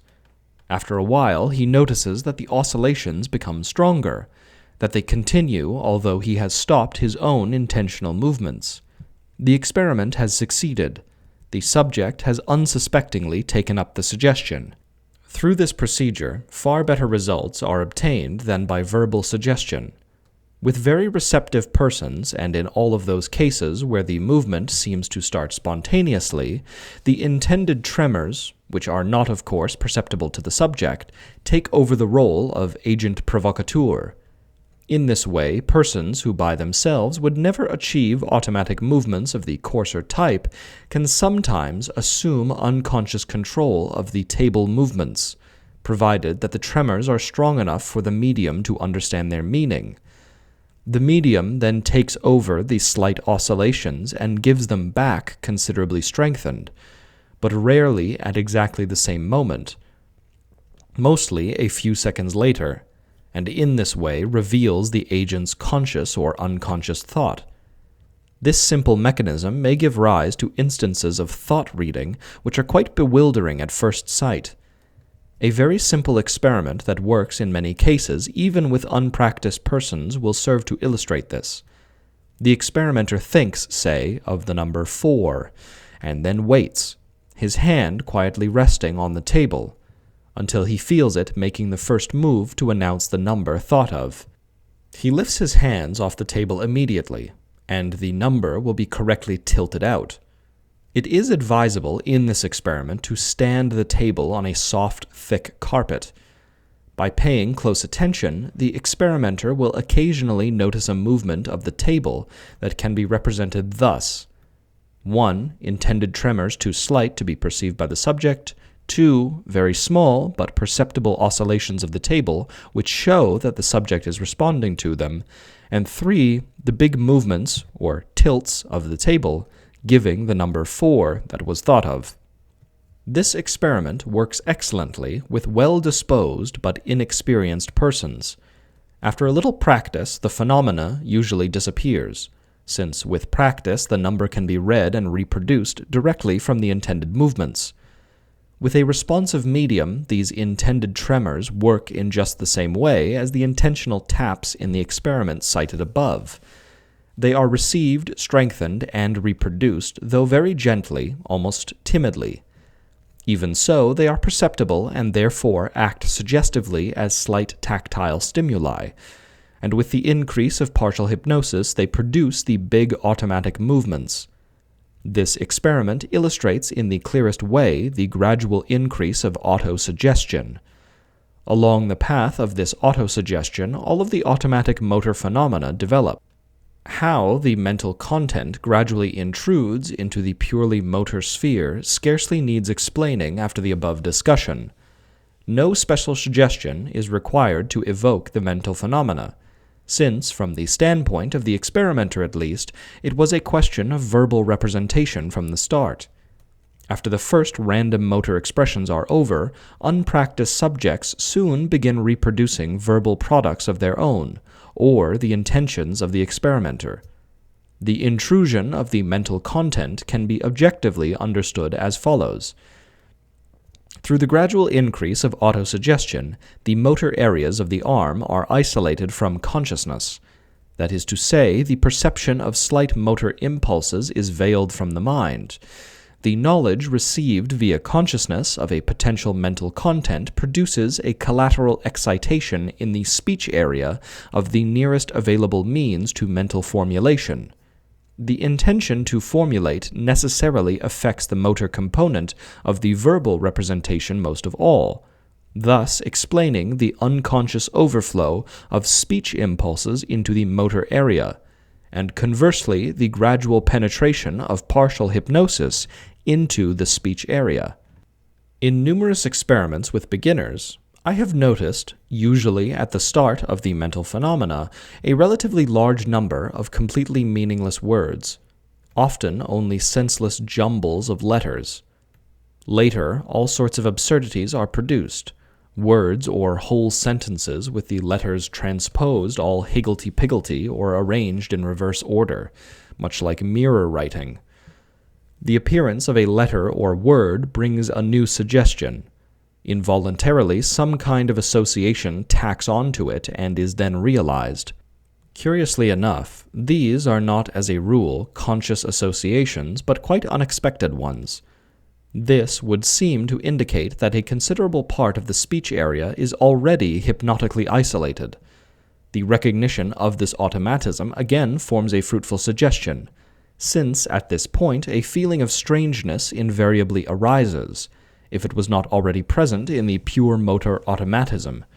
The question, who is doing this, who is speaking, acts as a suggestion for synthesizing the unconscious personality, which as a rule is not long in coming. Some name or other presents itself, usually one charged with emotion, and the automatic splitting of the personality is accomplished. How haphazard and precarious this synthesis is at first can be seen from the following reports from the literature.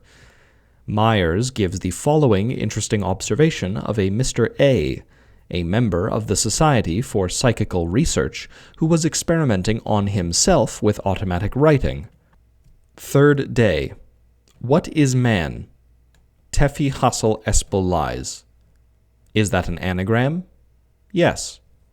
How many words does it contain? 5. What is the first word? See. What is the second word? See? Shall I try to interpret it myself? Try to. Mr. A found this solution. The life is less able. He was astonished at this intellectual pronouncement, which seemed to him to prove the existence of an intelligence independent of his own. He therefore went on to ask, Who are you? Clelia. Are you a woman? Yes. Have you lived on earth? No. Will you come to life? Yes. When? In 6 years. Why are you conversing with me? If Clelia L. Mr. A interpreted this answer as I, Clelia, feel. 4th day. Am I the one who asks questions? Yes. Is Clelia there? No. Who is here then? Nobody. Does Clelia exist at all? No. Then with whom was I speaking yesterday? With nobody. Janet conducted the following conversation with the subconscious of Lucy, who, meanwhile, was engaged in conversation with another observer. Janet asks, Do you hear me? Lucy answers in automatic writing, No. But one has to hear in order to answer. Absolutely. Then how do you do it? I don't know. There must be someone who hears me. Yes. Who is it? Somebody besides Lucy. All right, somebody else. Shall we give the other person a name? No. Yes, it will be more convenient. All right, Adrienne. Well, Adrienne, do you hear me? Yes. One can see from these extracts how the unconscious personality builds itself up. It owes its existence simply to suggestive questions which strike an answering chord in the medium's own disposition. This disposition can be explained by the disaggregation of psychic complexes, and the feeling of strangeness evoked by these automatisms assists the process as soon as conscious attention is directed to the automatic act. Binet remarks on this experiment of Janet's, quote, Nevertheless, it should be carefully noted that if the personality of Adrienne could be created, it was because the suggestion encountered a psychological possibility. In other words, disaggregated phenomena were existing there apart from the normal consciousness of the subject. Unquote. The individualization of the subconscious is always a great step forward, and has enormous suggestive influence on further development of the automatisms. The formation of unconscious personalities in our case must also be regarded in this light. The objection that the table turning was simulated may well be abandoned when one considers the phenomena of thought reading from intended tremors, of which the patient gave ample proof. Rapid, conscious thought reading requires at the very least an extraordinary amount of practice, and this the patient demonstrably lacked. Whole conversations can be carried on by means of these tremors, as happened in our case. In the same way, the suggestibility of the subconscious can be demonstrated objectively if, for instance, the operator concentrates on the thought, "The medium's hand shall no longer move the table or the glass," and at once, contrary to all expectation, and to the liveliest astonishment of the subject, the table is immobilized. Naturally, all kinds of other suggestions can be realized too, provided that their innervation does not exceed the area of partial hypnosis, which proves at the same time the partial nature of the hypnosis. Hence, suggestions aimed at the legs or the other arm will not work. The table turning was not an automatism confined exclusively to the patient's semi-somnambulism. On the contrary, it occurred in its most pronounced form in the waking state, and in most cases then passed over into semi-somnambulism, whose onset was generally announced by hallucinations as at the first séance. 2. Automatic writing. Another automatic phenomenon, which from the first corresponds to a higher degree of partial hypnosis, is automatic writing. It is, at least in my experience, much rarer and much more difficult to produce than table turning. Here again, it is a question of a primary suggestion directed to the conscious mind when sensibility is retained, and to the unconscious when it is extinct. The suggestion, however, is not a simple one, since it already contains an intellectual element. To write means to write something. This special property of the suggestion, going beyond the purely motor sphere, often confuses the subject and gives rise to counter-suggestions which prevent the appearance of automatisms.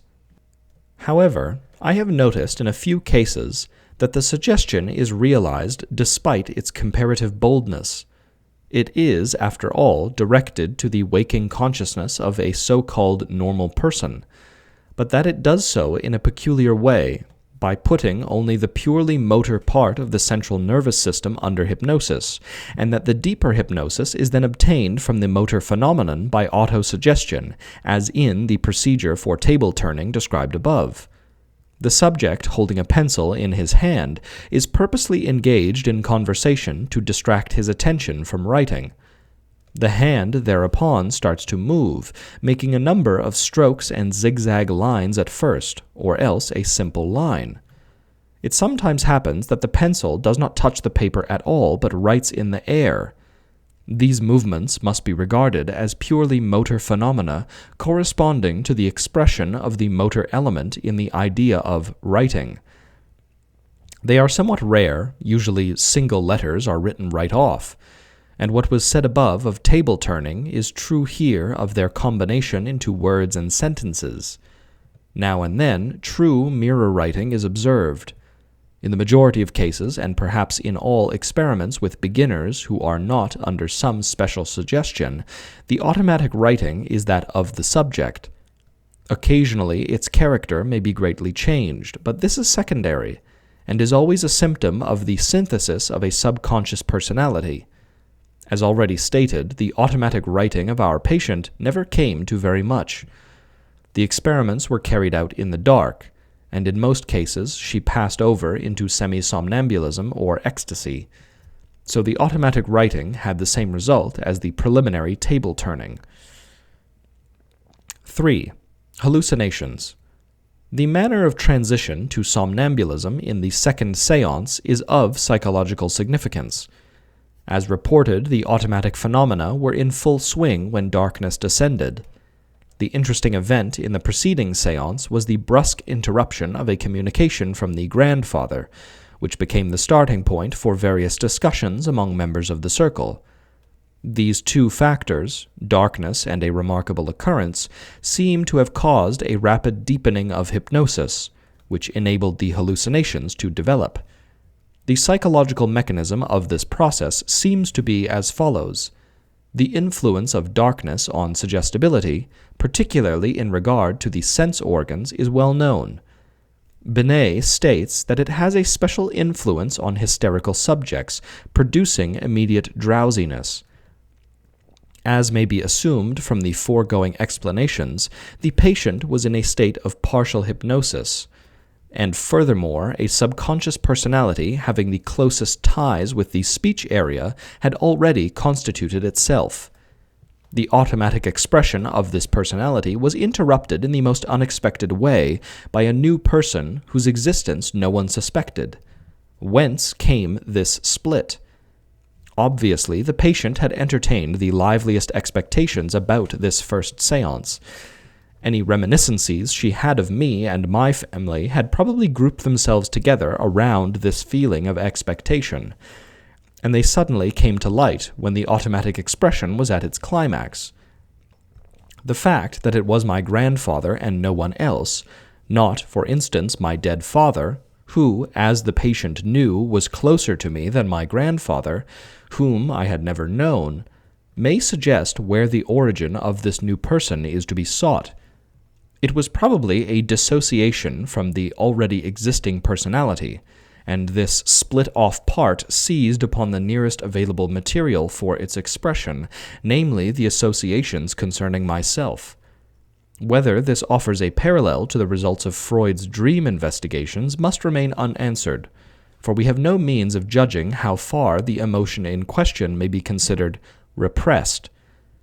From the brusque intervention of the new personality, we may conclude that the patient's imaginings were extremely vivid, with a correspondingly intense expectation which a certain maidenly modesty and embarrassment sought perhaps to overcome. At any rate, this event reminds us vividly of the way that dreams suddenly present to consciousness, in more or less transparent symbolism, things that one has never admitted to oneself clearly and openly. We do not know when the splitting off of the new personality occurred, whether it had been slowly preparing in the unconscious, or whether it only came about during the séance. In any case, it meant a considerable increase in the extent of the unconscious area rendered accessible by hypnosis. At the same time, this event, in view of the impression it made on the waking consciousness of the patient, must be regarded as powerfully suggestive, for the perception of the unexpected intervention of a new personality was bound to increase still further the feeling of strangeness aroused by the automatism, and would naturally suggest the thought that an independent spirit was making itself known. From this followed the very understandable association that it might be possible to see this spirit. The situation that ensued at the second séance can be explained by the coincidence of this energizing suggestion with the heightened suggestibility occasioned by the darkness. The hypnosis, and with it the chain of split-off ideas, breaks through into the visual sphere. The expression of the unconscious, hitherto purely motor, is objectified, in accordance with the specific energy of the newly created system, in the form of visual images having the character of a hallucination, not as a mere accompaniment of the verbal automatism, but as a direct substitute function. The explanation of the unexpected situation that arose in the first séance, at the time quite inexplicable, is no longer given in words, but as an allegorical vision. The proposition, "They do not hate one another, but are friends," is expressed in a picture of the two grandfathers arm in arm. We frequently come across such things in somnambulism. The thinking of somnambulists proceeds in plastic images which constantly break through into this or that sensory sphere, and are objectified as hallucinations. The thought process sinks into the subconscious, and only its final terms reach consciousness directly as hallucinations or as vivid and sensuously colored ideas. In our case, the same thing occurred as with the patient whose anesthetic hand Binet pricked 9 times, making her think vividly of the number 9, or Flournoy's Helene Smith, who, on being asked in her shop about a certain pattern, suddenly saw before her the figure of 18, 8 to 10 inches high, representing the number of days the pattern had been on loan. The question arises as to why the automatism broke through in the visual sphere and not in the acoustic. There are several reasons for this choice of the visual. A. The patient was not gifted acoustically. She was, for instance, very unmusical. B. There was no silence to correspond with the darkness, which might have favored the occurrence of auditory hallucinations, for we were talking all the time. C. The heightened conviction of the near presence of spirits, owing to the feeling of strangeness evoked by the automatism, could easily lead to the idea that it might be possible to see a spirit, thus causing a slight excitation of the visual sphere. D. The entopic phenomena in the darkness favored the appearance of hallucinations. The reasons given in C and D are of decisive importance for the appearance of hallucinations. The entopic phenomena in this case play the same role in producing automatisms by autosuggestion as do the slight tactile stimuli during hypnosis of the motor centers. As reported, the patient saw sparks before passing into the first hallucinatory twilight state at the first séance. Obviously, attention was already at high pitch and directed to visual perceptions, so that the light sensations of the retina, usually very weak, were seen with great intensity. The part played by entopic perceptions of light in the production of hallucinations deserves closer scrutiny.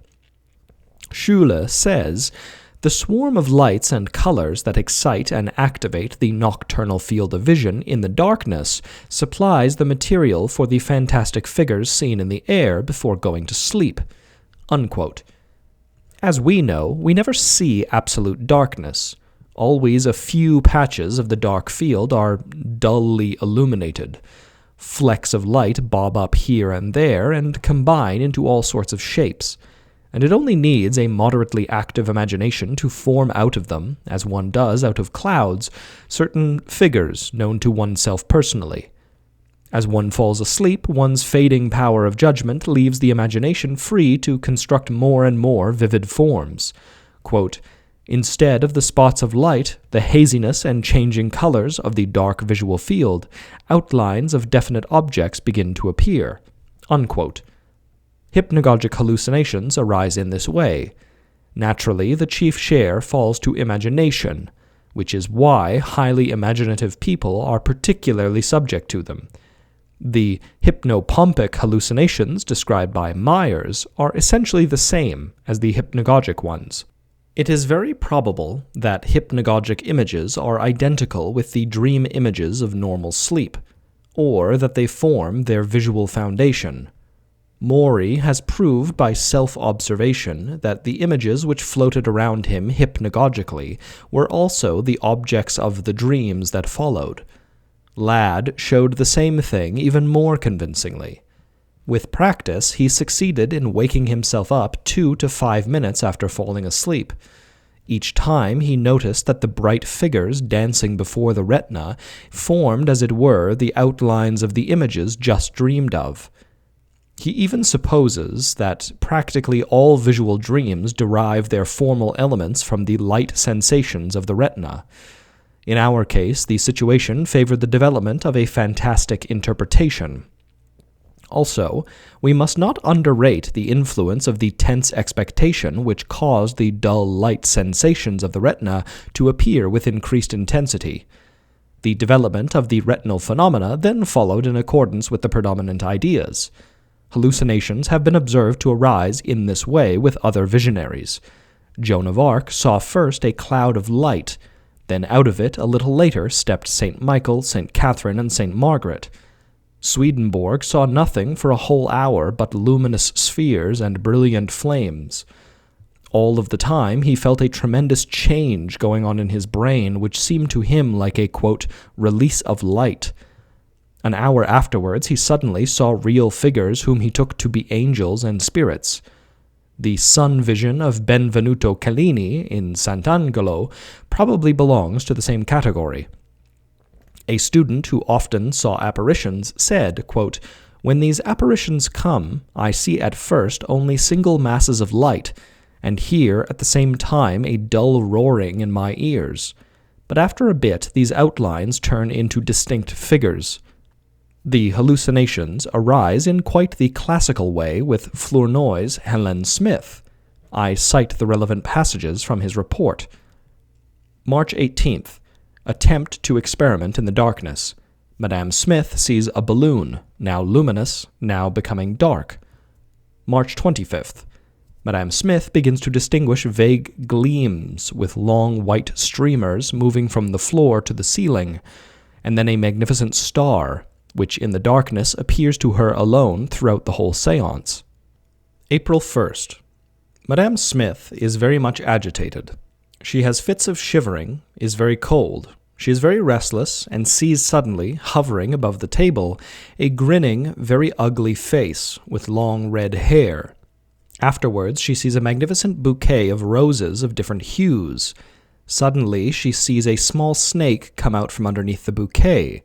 It rises up gently, smells the flowers, looks at them. Concerning the origin of her Mars visions, Helen Smith said, quote, "The red light continues about me, and I find myself surrounded by extraordinary flowers." Unquote.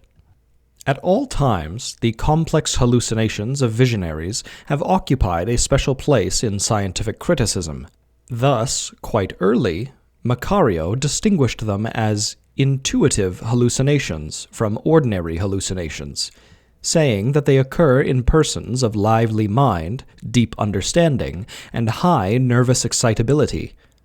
Hecker expresses himself in a similar manner, but even more enthusiastically. He supposes their conditioning factor to be the, quote, congenitally high development of the psychic organ, which, through its spontaneous activity, calls the life of the imagination into free and nimble play, unquote. These hallucinations are, quote, harbingers and also signs of an immense spiritual power, unquote. A vision is actually, quote, a higher excitation which adapts itself harmoniously to the most perfect health of mind and body. Complex hallucinations do not belong to the waking state, but occur as a rule in a state of partial waking. The visionary is sunk in his vision to the point of complete absorption. Flournoy, too, was always able to establish, quote, a certain degree of obnubilation, unquote, during the visions of Helen Smith. In our case, the vision is complicated by a sleeping state whose peculiarities we shall discuss below. The change in character. The most striking feature of the second state is the change in character. There are several cases in the literature which show this symptom of spontaneous change in the character of a person. The first to be made known in a scientific journal was that of Mary Reynolds, published by Weir Mitchell. This was the case of a young woman living in Pennsylvania in 1811. After a deep sleep of about 20 hours, she had totally forgotten her entire past and everything she had ever learned. Even the words that she spoke had lost their meaning. She no longer knew her relatives. Slowly, she relearned to read and write, but her writing now was from right to left. More striking still was the change in her character. Instead of being melancholy, she was now cheerful to extremity. Instead of being reserved, she was buoyant and social. Formerly taciturn and retiring, she was now merry and jocose. Her disposition was totally and absolutely changed. In this state, she gave up entirely her former secluded life and liked to set out on adventurous expeditions unarmed, through woods and mountains, on foot and on horseback. On one of these expeditions, she encountered a large black bear which she took for a pig. The bear stood up on his hind legs and gnashed his teeth at her. As she could not induce her horse to go any further, she went up to the bear with an ordinary stick and hit him until he took to flight. 5 weeks later, after a deep sleep, she returned to her earlier state with amnesia for the interval. These states alternated for about 16 years. But the last 25 years of her life, Mary Reynolds passed exclusively in the second state. Schroeder van der Kolk reports the following case. The patient became ill at the age of 16, with a periodic amnesia after a previous long illness of 3 years. Sometimes in the morning after waking, she fell into a peculiar choriac state, during which she made rhythmical beating movements with her arms. Throughout the day, she would behave in a childish, silly way, as if she had lost all of her educated faculties. When normal, she was very intelligent, well-read, spoke excellent French. In the second state, she began to speak French faultily. On the second day, she was always normal again. The two states were completely separated by amnesia. Herfeld reports on a case of spontaneous somnambulism in a girl who, in her normal state, was submissive and modest, but in somnambulism was impertinent, rude, and violent. Azam's Falida was in her normal state depressed, inhibited, timid, and in the second state lively, confident, and enterprising to recklessness. The second state gradually became the dominant one and finally supplanted the first to such an extent that the patient called her normal states, which now lasted only a short time, her crises. The amnestic attacks had begun at the age of 14 and a half. In time, the second state became more moderate, and there was a certain approximation in the character of the two states. A very fine example of change in character is the case worked out by Camusset, Ribot, Legrand-Dussol, Richer, and Voisin, and put together by Bourru and Burot. It is that of Louis V, a case of severe male hysteria, with an amnestic alternating character. In the first state, he was rude, cheeky, querulous, greedy, thievish, and inconsiderate. In the second state, he showed an agreeable, sympathetic character, and was industrious, docile, and obedient. The amnestic change in character has been put to literary use by Paul Lindau in his play Der Andere. A case that parallels Lindau's criminalistic public prosecutor is reported on by Rieger. The subconscious personalities of Janet's Lucy and Leonie, or of Morton Prince's patient, can also be regarded as parallels of our case, though these were artificial therapeutic products whose importance lies rather in the domain of dissociated consciousness and memory. In all of these cases, the second state is separated from the first by an amnestic split, and the change in character is accompanied by a break in the continuity of consciousness.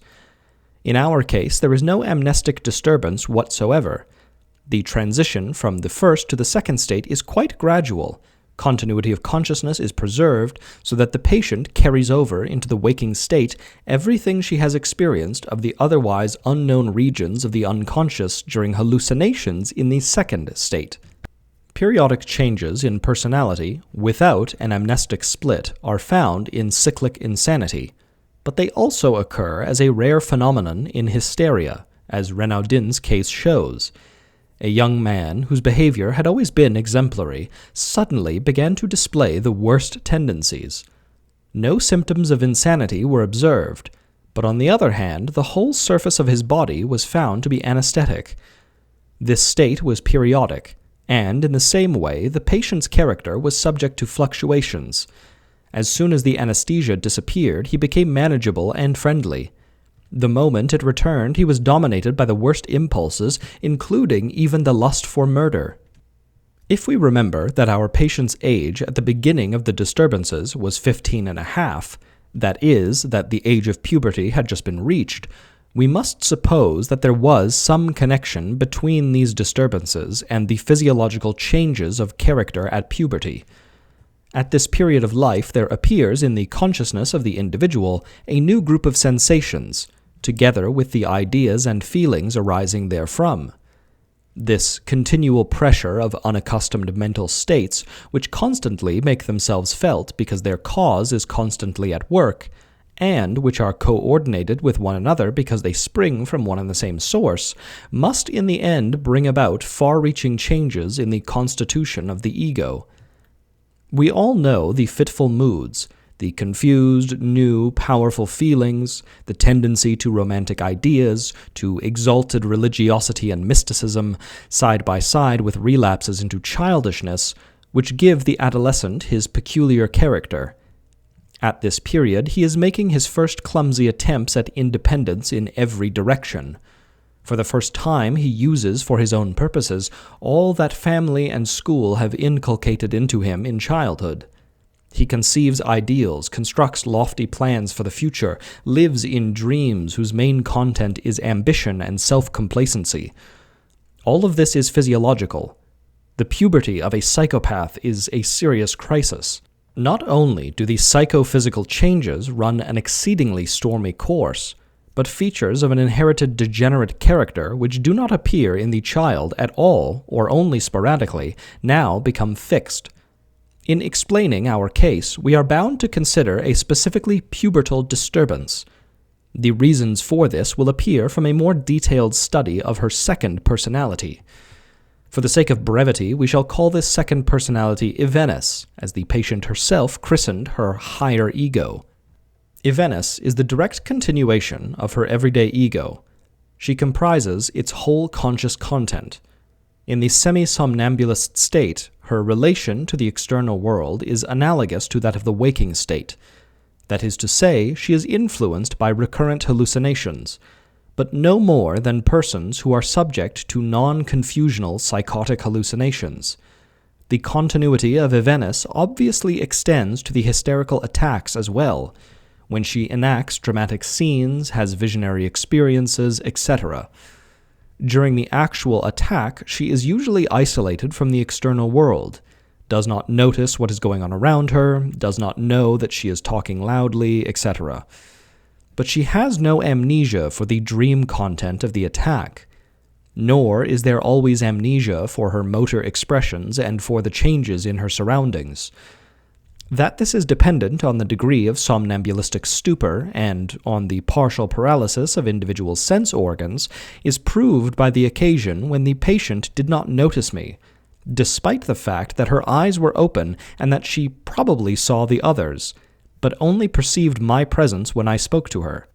This is a case of so-called systematic anesthesia, negative hallucination, which is frequently observed among hysterics. Flournoy, for instance, reports of Helen Smith that during the seances she suddenly ceased to see those taking part, although she still heard their voices and felt their touch, or that she suddenly stopped hearing, although she saw the speakers moving their lips, etc. Just as Ivenus is a continuation of the waking ego, so she carries over her whole conscious content into the waking state. This remarkable behavior argues strongly against any analogy with cases of double consciousness. The characteristics reported of Ivenus contrast favorably with those of the patient. She is the calmer, more composed personality, and her pleasing modesty and reserve, her more uniform intelligence, her confident way of talking, may be regarded as an improvement on the patient's whole being. Thus far, there is some resemblance to Janet's Leonie, but it is no more than a resemblance. They are divided by a deep psychological difference, quite apart from the question of amnesia. Leonie II is the healthier, the more normal. She has regained her natural capacities. She represents the temporary amelioration of a chronic condition of hysteria. Ivenus gives more the impression of an artificial product. She is more contrived, and despite all of her excellent points, she strikes one as playing a part superlatively well. Her world-weariness, her longing for the beyond, are not mere piety, but the attributes of saintliness. Ivenus is no longer quite human. She is a mystic being who only half belongs to the world of reality. Her mournful features, her suffering resignation, her mysterious fate all lead us to the historical prototype of Ivenus, Justinus Kerner's clairvoyant of Prevorst. I assume that the content of Kerner's book is generally known, so I omit references to the features they have in common. Ivenus, however, is not just a copy of the clairvoyant. The latter is simply a sketch for an original. The patient pours her own soul into the role of the clairvoyant, seeking to create out of it an ideal of virtue and perfection. She anticipates her own future and embodies in Ivenus what she wishes to be in 20 years' time. The assured, influential, wise, gracious, pious lady. In the construction of the second personality lies the deep-seated difference between Leonie II and Ivenus. Both are psychogenic, but whereas Leonie I obtains in Leonie II what properly belongs to her, The patient builds up a personality beyond herself. One cannot say that she deludes herself into the higher ideal state, rather she dreams herself into it. The realization of this dream is very reminiscent of the psychology of the pathological swindler. Delbruck and Forel have pointed out the importance of autosuggestion in the development of pathological cheating and pathological daydreaming. Pick regards intense autosuggestion as the first symptom of hysterical dreamers, which makes the realization of daydreams possible. One of Pick's patients dreamt herself into a morally dangerous situation and finally carried out an attempt at rape on herself by lying naked on the floor and tying herself to the table and chairs. The patients may create some dramatic personage with whom they enter into correspondence by letter, as in Bone's case, where the patient dreamt herself into an engagement with a completely imaginary lawyer in Nice, from whom she received letters which she had written herself in disguised handwriting. This pathological dreaming, with its auto-suggestive falsifications of memory, sometimes amounting to actual delusions and hallucinations, is also found in the lives of many saints. It is only a step from dreamy ideas with a strong sensuous coloring to complex hallucinations proper. For instance, in Pick's first case, one can see how the patient, who imagined she was the Empress Elizabeth, gradually lost herself in her reveries to such an extent that her condition must be regarded as a true twilight state. Later, it passed over into a hysterical delirium in which her dream fantasies became typical hallucinations. The pathological liar who lets himself be swept away by his fantasies behaves exactly like a child who loses himself in the game he is playing, or like an actor who surrenders completely to his part. There is no fundamental distinction between this and the somnambulistic dissociation of the personality, but only a difference of degree, based on the intensity of the primary autosuggestibility or disaggregation of the psychic elements.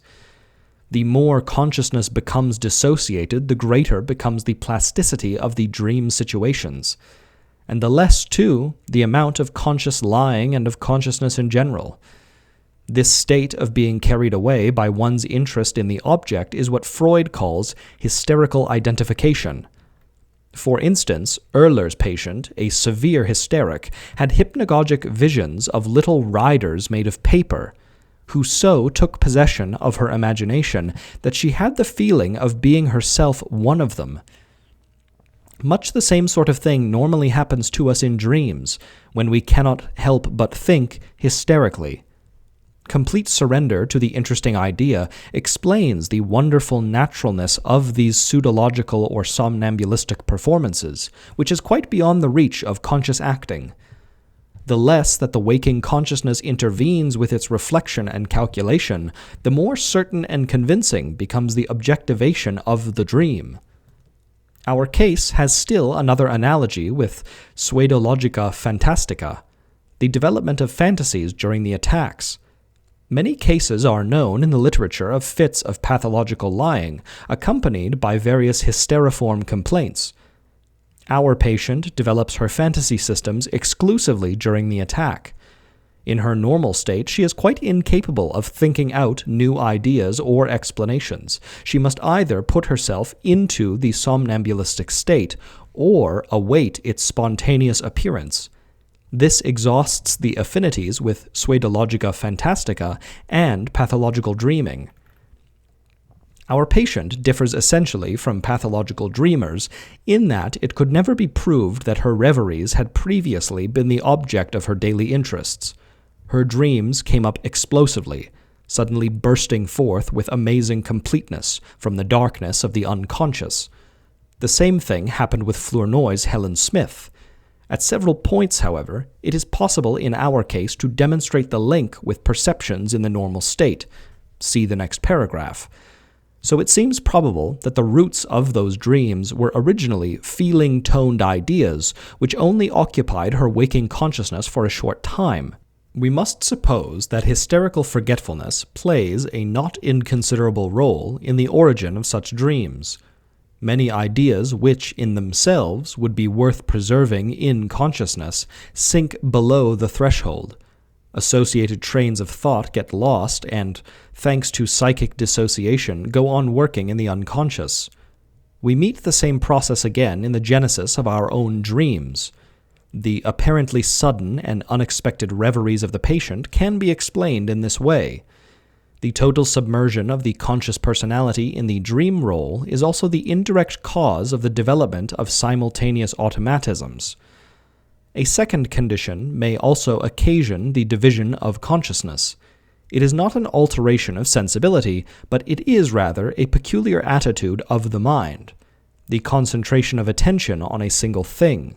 The result of this state of concentration is that the mind is absorbed to the exclusion of other things, and to such a degree insensible that the way is opened for automatic actions, and these actions, becoming more complicated, as in the preceding case, may assume a psychic character and constitute intelligencies of a parasitic kind, existing side by side with the normal personality, which is not aware of them. Our patient's romances throw a most significant light on the subjective roots of her dreams. They swarm with open and secret love affairs, with illegitimate births and other sexual innuendos.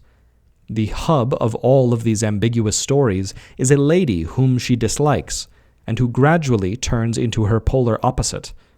For whereas Venice is the pinnacle of virtue, this lady is the sink of iniquity. But the patient's reincarnation theory, in which she appears as the ancestral mother of countless thousands, springs, in all of its naive nakedness, straight from an exuberant fantasy, which is so very characteristic of the puberty period. It is the woman's premonition of sexual feeling, the dream of fertility, that has created these monstrous ideas in the patient. We shall not be wrong if we seek the main cause of this curious clinical picture in her budding sexuality. From this point of view, the whole essence of Venice and her enormous family is nothing but a dream of sexual wish fulfillment, which differs from the dream of a night only in that it is spread over months and years. Nature of the somnambulistic attacks. So far, there is one point in S.W.'s history that has not been discussed, and that is the nature of her attacks. In the second séance, she was suddenly seized with a sort of fainting fit, from which she awoke with a recollection of various hallucinations. According to her own statement, she had not lost consciousness for a moment. Judging from the outward symptoms and course of these attacks, one is inclined to think of narcolepsy or lethargy, of the kind described, for instance, by Löwenfeld. This is the more plausible, since we know that one member of her family, the grandmother, had once had an attack of lethargy.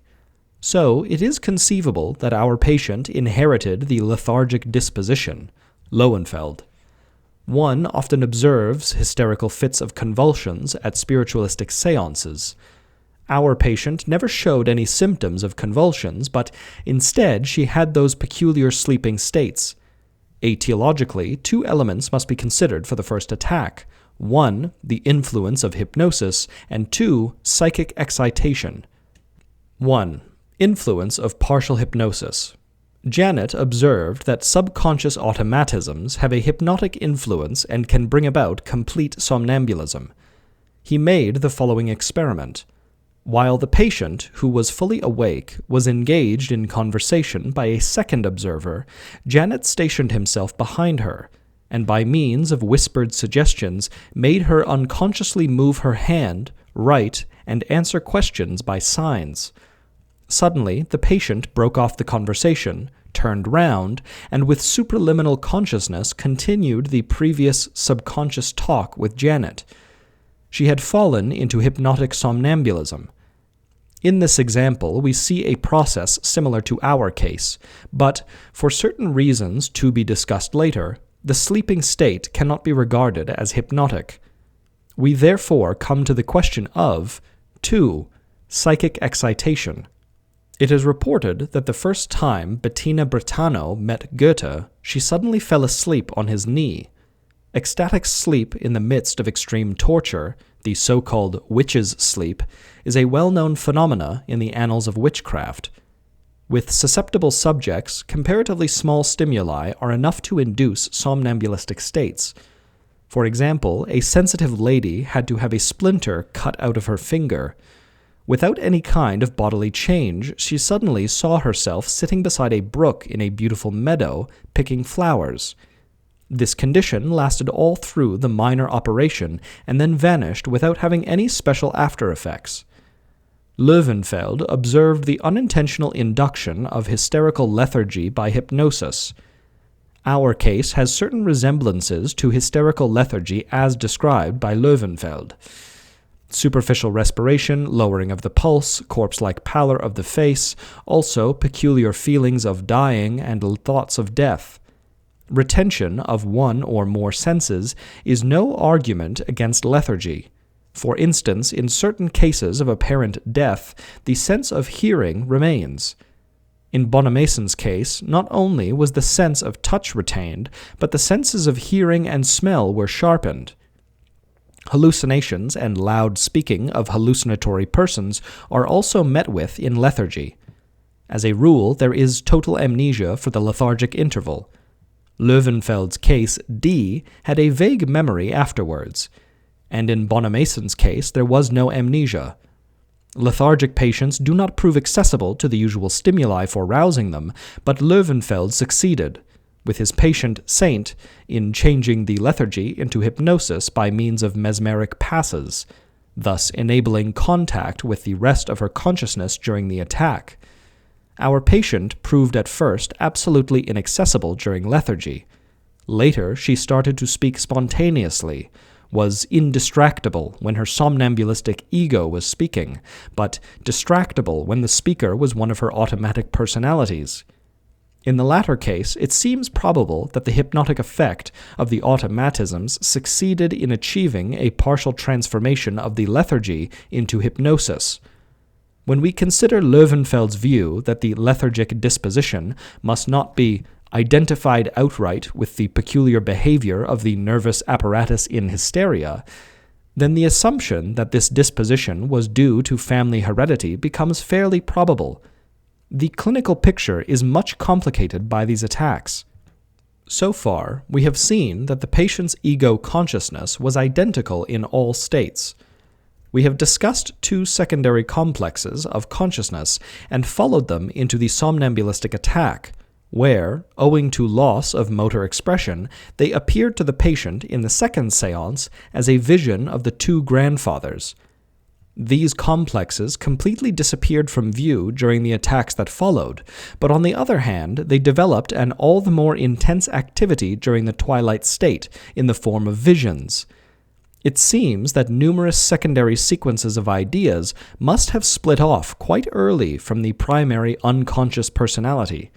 For soon after the first two séances, spirits appeared by the dozen. The names were inexhaustible in their variety, but the differences between the various personalities were exhausted very quickly, and it became apparent that they could all be classified under two types, the serio-religious and the gay-hilarious. It was really only a question of two different subconscious personalities appearing under various names, which had, however, no essential significance. The older type, the grandfather, who had started the automatisms off in the first place, was also the first to make use of the twilight state. I cannot remember any suggestion that might have given rise to the automatic speaking. According to our previous explanations, the attack can, in these circumstances, be thought of as a partial self-hypnosis. The ego consciousness which remains over and, as a result of its isolation from the external world, occupies itself entirely with its hallucinations, is all that is left of the waking consciousness. Thus, the automatism has a wide field for its activity. The autonomy of the individual centers, which we found to be present in the patient from the beginning, makes the act of automatic speaking more understandable. Dreamers, too, occasionally talk in their sleep, and people in the waking state sometimes accompany intense thought with unconscious whispering. The peculiar movements of the speech muscles are worth noting. They have also been observed in other somnambulists. These clumsy attempts can be directly paralleled by the unintelligent and clumsy movements of the table or glass. In all probability, they correspond to the preliminary expression of the motor components of an idea, or they correspond to an excitation limited to the motor centers and not yet subordinated to a higher system. I do not know whether anything of the sort occurs with people who talk in their dreams, but it has been observed in hypnotized persons. Since the convenient medium of speech was used as the means of communication, it made the study of the subconscious personalities considerably easier. Their intellectual range was relatively narrow. Their knowledge comprised all that the patient knew in her waking state, plus a few incidental details, such as the birthdays of unknown persons who were dead, etc. The source of this information is rather obscure, since the patient did not know how she could have procured knowledge of these facts in the ordinary way. They were cryptomnesias, but are too insignificant to deserve more detailed mention. The two subconscious personalities had a very meager intelligence, and produced almost nothing but banalities.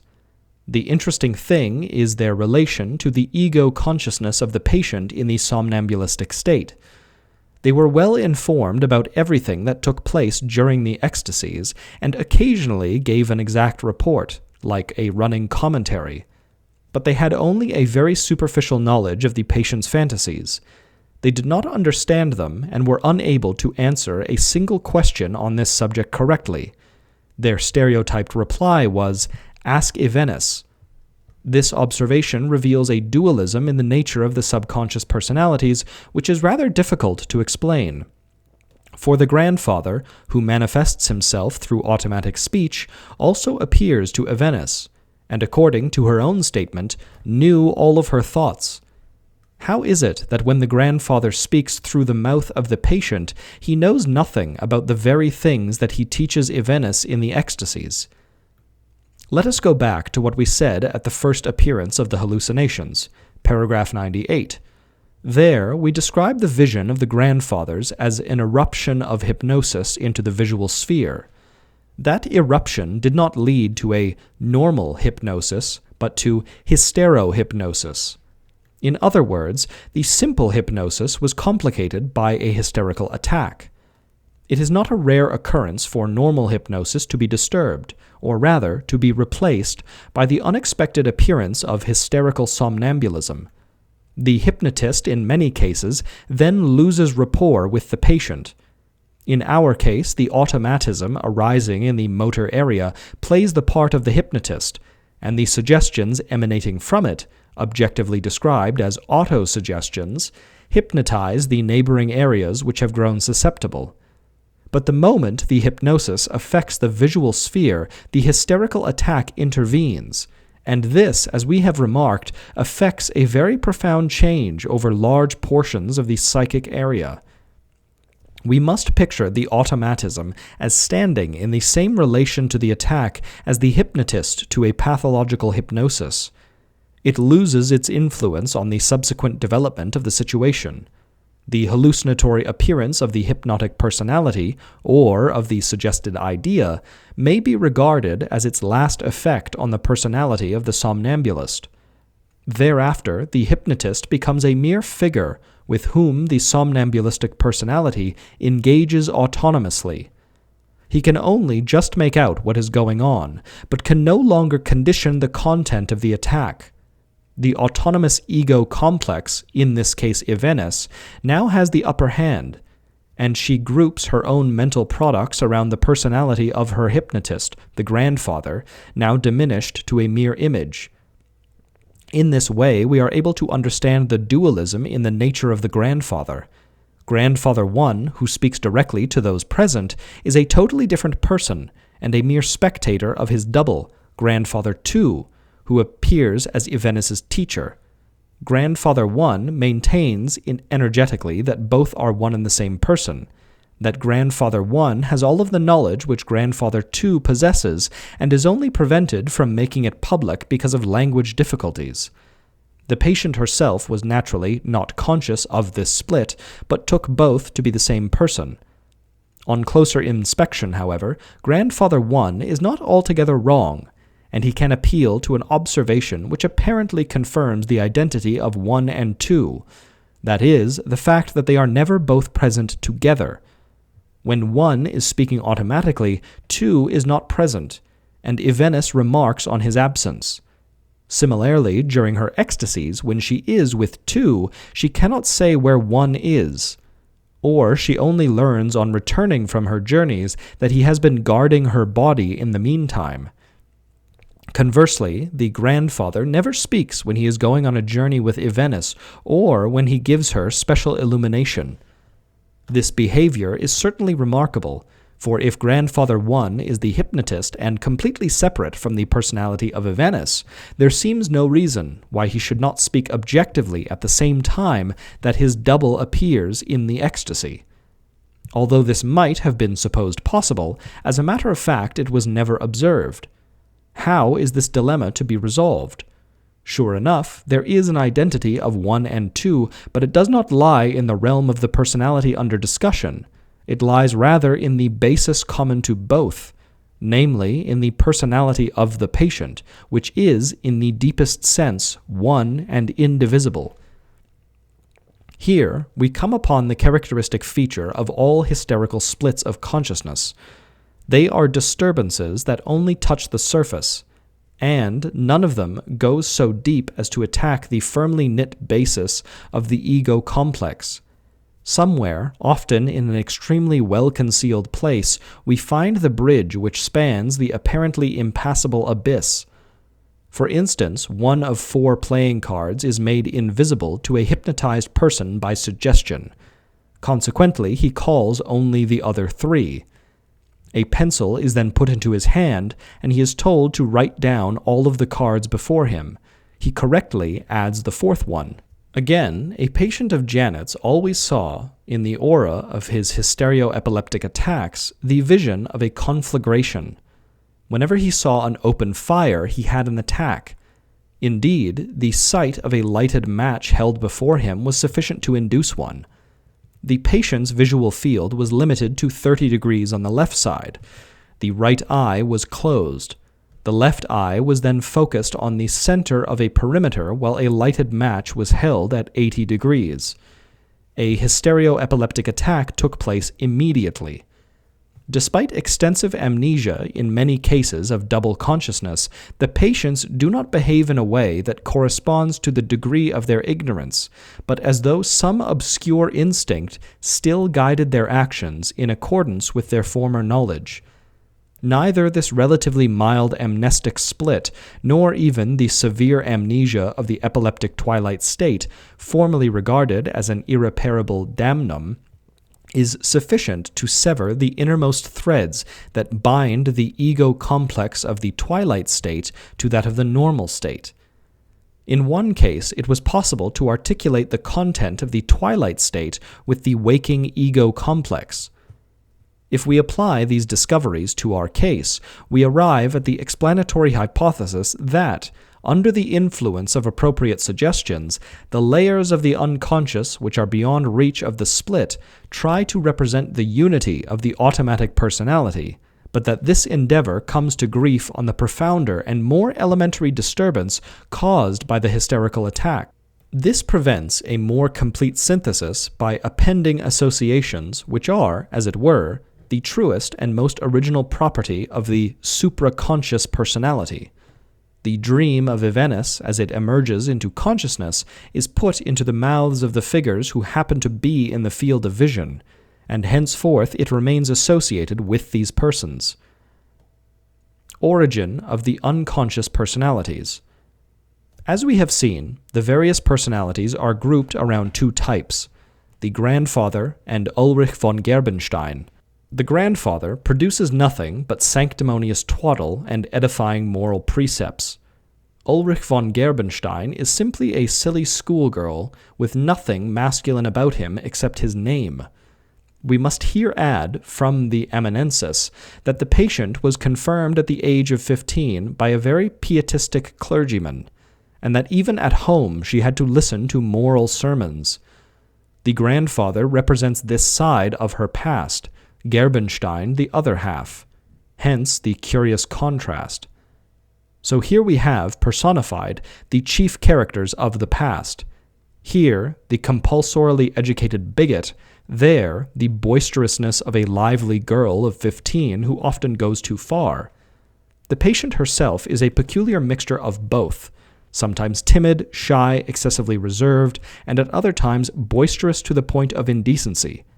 She is often painfully conscious of these contrasts. This gives us the key to the origin of the two subconscious personalities. The patient is obviously seeking a middle way between two extremes. She endeavors to repress them and strives for a more ideal state. These strivings lead to the adolescent dream of the ideal Evenus, beside whom the unrefined aspects of her character fade into the background. They are not lost, but, as repressed thoughts, analogous to the idea of Evenus, they begin to lead an independent existence as autonomous personalities. This behavior calls to mind Freud's dream investigations, which disclose the independent growth of repressed thoughts. We can now understand why the hallucinatory persons are divorced from those who write and speak automatically. They teach Evenus the secrets of the beyond. They tell her all of those fantastic stories about the extraordinariness of her personality. They create situations in which she can appear dramatically with the attributes of their power, wisdom, and virtue. They are nothing but dramatized split-offs from her dream ego. The others, the automata, are the ones to overcome. They must have no part in Evenus. The only thing they have in common with her split companions is the name. It is not to be expected in a case like this, where no clear-cut divisions exist, that two such pregnant groups of characters, with all of their idiosyncrasies, should disappear entirely from a somnambulistic ego complex so closely connected with the waking consciousness. And, in fact, we meet them again, partly in those ecstatic penitential scenes and partly in the romances that are crammed with more or less banal, mischievous gossip. On the whole, however, a very much milder form predominates. Course of the disorder. It only remains now to say a few words about the course of this singular ailment. The whole process reached its climax within 4 to 8 weeks, and the descriptions of Evenus and the other subconscious personalities refer in general to this period. Thereafter, a gradual decline became noticeable. The ecstasies grew more and more vacuous as Gerbenstein's influence increased. The phenomena lost their plasticity and became ever shallower. Characters which at first were well differentiated became by degrees inextricably mixed. The psychological yield grew more and more meager until finally the whole story assumed the appearance of a first-class fraud. Evenus herself was severely hit by this decline. She became painfully uncertain, spoke cautiously as if feeling her way, so that the character of the patient came through in more and more undisguised form. The somnambulistic attacks, too, decreased in frequency and intensity. One could observe with one's own eyes all the gradations from somnambulism to conscious lying. Thus the curtain fell. The patient has since gone abroad. The fact that her character has become pleasanter and more stable may have a significance that is not to be underestimated, if we remember those cases where the second state gradually came to replace the first. We may be dealing here with a similar phenomenon. It is well known that somnambulistic symptoms are particularly common in puberty. The attacks of somnambulism in Dice's case began immediately before the onset of puberty and lasted until just its end. The somnambulism of Helen Smith is likewise closely connected with puberty. Schroeder van der Kolk's patient was 16 at the time of her illness, Felida X 14 and a half. We know also that the future character is formed and fixed at this period. We saw in the cases of Felida X and Mary Reynolds how the character of the second state gradually replaced that of the first. It is, therefore, conceivable that the phenomena of double consciousness are simply new character formations, or attempts of the future personality to break through, and that in consequence of special difficulties, unfavorable circumstances, psychopathic disposition of the nervous system, etc., they get bound up with peculiar disturbances of consciousness. In view of the difficulties that oppose the future character, the somnambulisms sometimes have an eminently teleological significance, in that they give the individual, who would otherwise inevitably succumb, the means of victory. Here I am thinking especially of Joan of Arc, whose extraordinary courage reminds one of the feats performed by Mary Reynolds in her second state. This is also, perhaps, the place to point out the like significance of teleological hallucinations, of which occasional cases come to the knowledge of the public, although they have not yet been subjected to scientific study. Heightened unconscious performance. We have now discussed all of the essential phenomena presented by our case which were significant for its inner structure. Certain accompanying phenomena have still to be briefly considered. These are the phenomena of heightened unconscious performance. In this field, we meet with a not altogether unjustifiable skepticism on the part of the scientific pundits. Even Dessoir's conception of the second ego aroused considerable opposition and was rejected in many quarters as too enthusiastic. As we know, occultism has claimed a special right to this field, and has drawn premature conclusions from dubious observations. We are still very far indeed from being able to say anything conclusive, for up to the present our material is nothing like adequate. If therefore we touch on this question of heightened unconscious performance, we do so only to do justice to all sides of our case.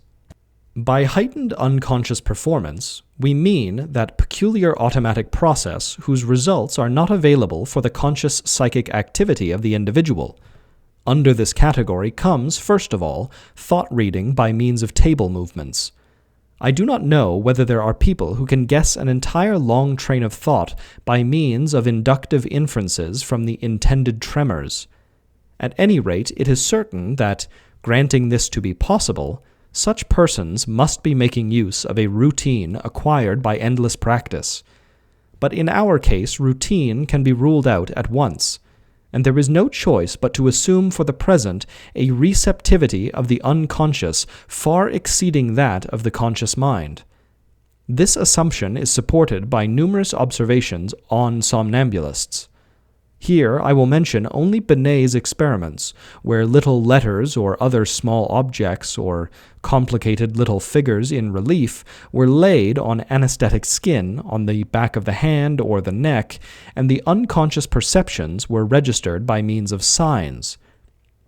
On the basis of these experiments, he comes to the following conclusion, quote, "According to the calculations that I have been able to make, the unconscious sensibility of a hysterical patient is, at certain moments, 50 times more acute than that of a normal person." Unquote.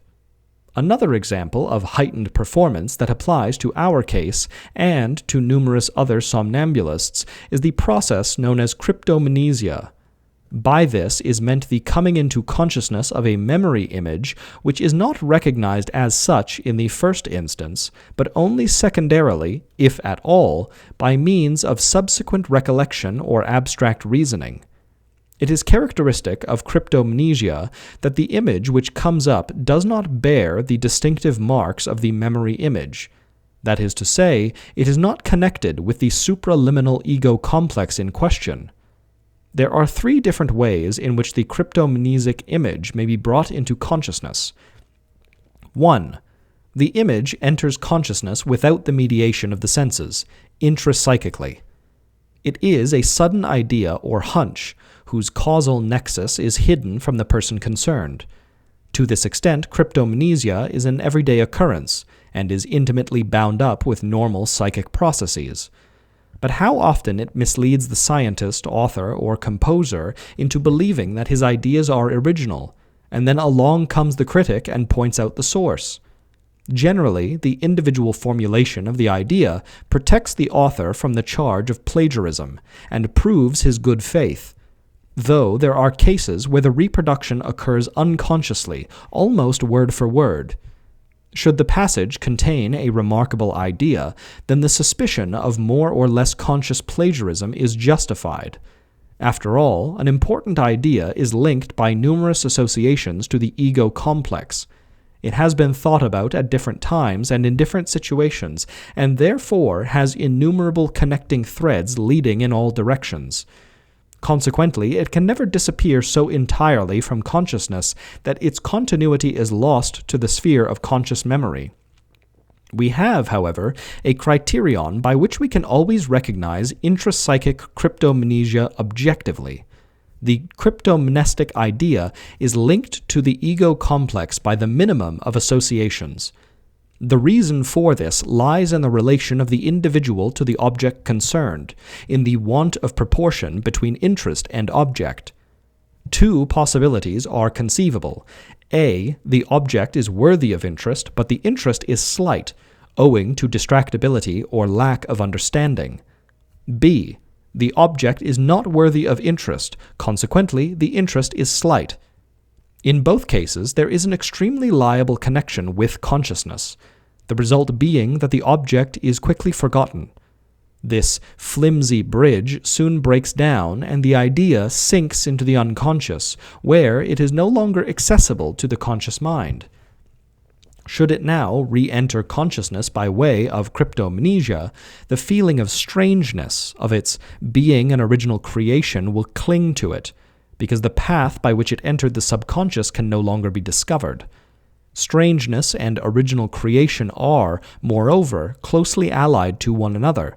If we remember the numerous witnesses in belles lettres to the possessed nature of genius.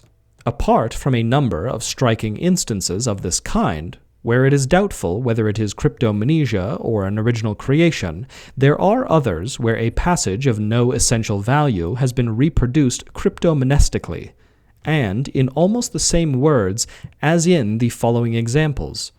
The first is an excerpt from Thus Spake Zarathustra by Nietzsche. Now, about the time that Zarathustra sojourned on the Happy Isles, it happened that a ship anchored at the isle on which the Smoking Mountain stands, and the crew went ashore to shoot rabbits.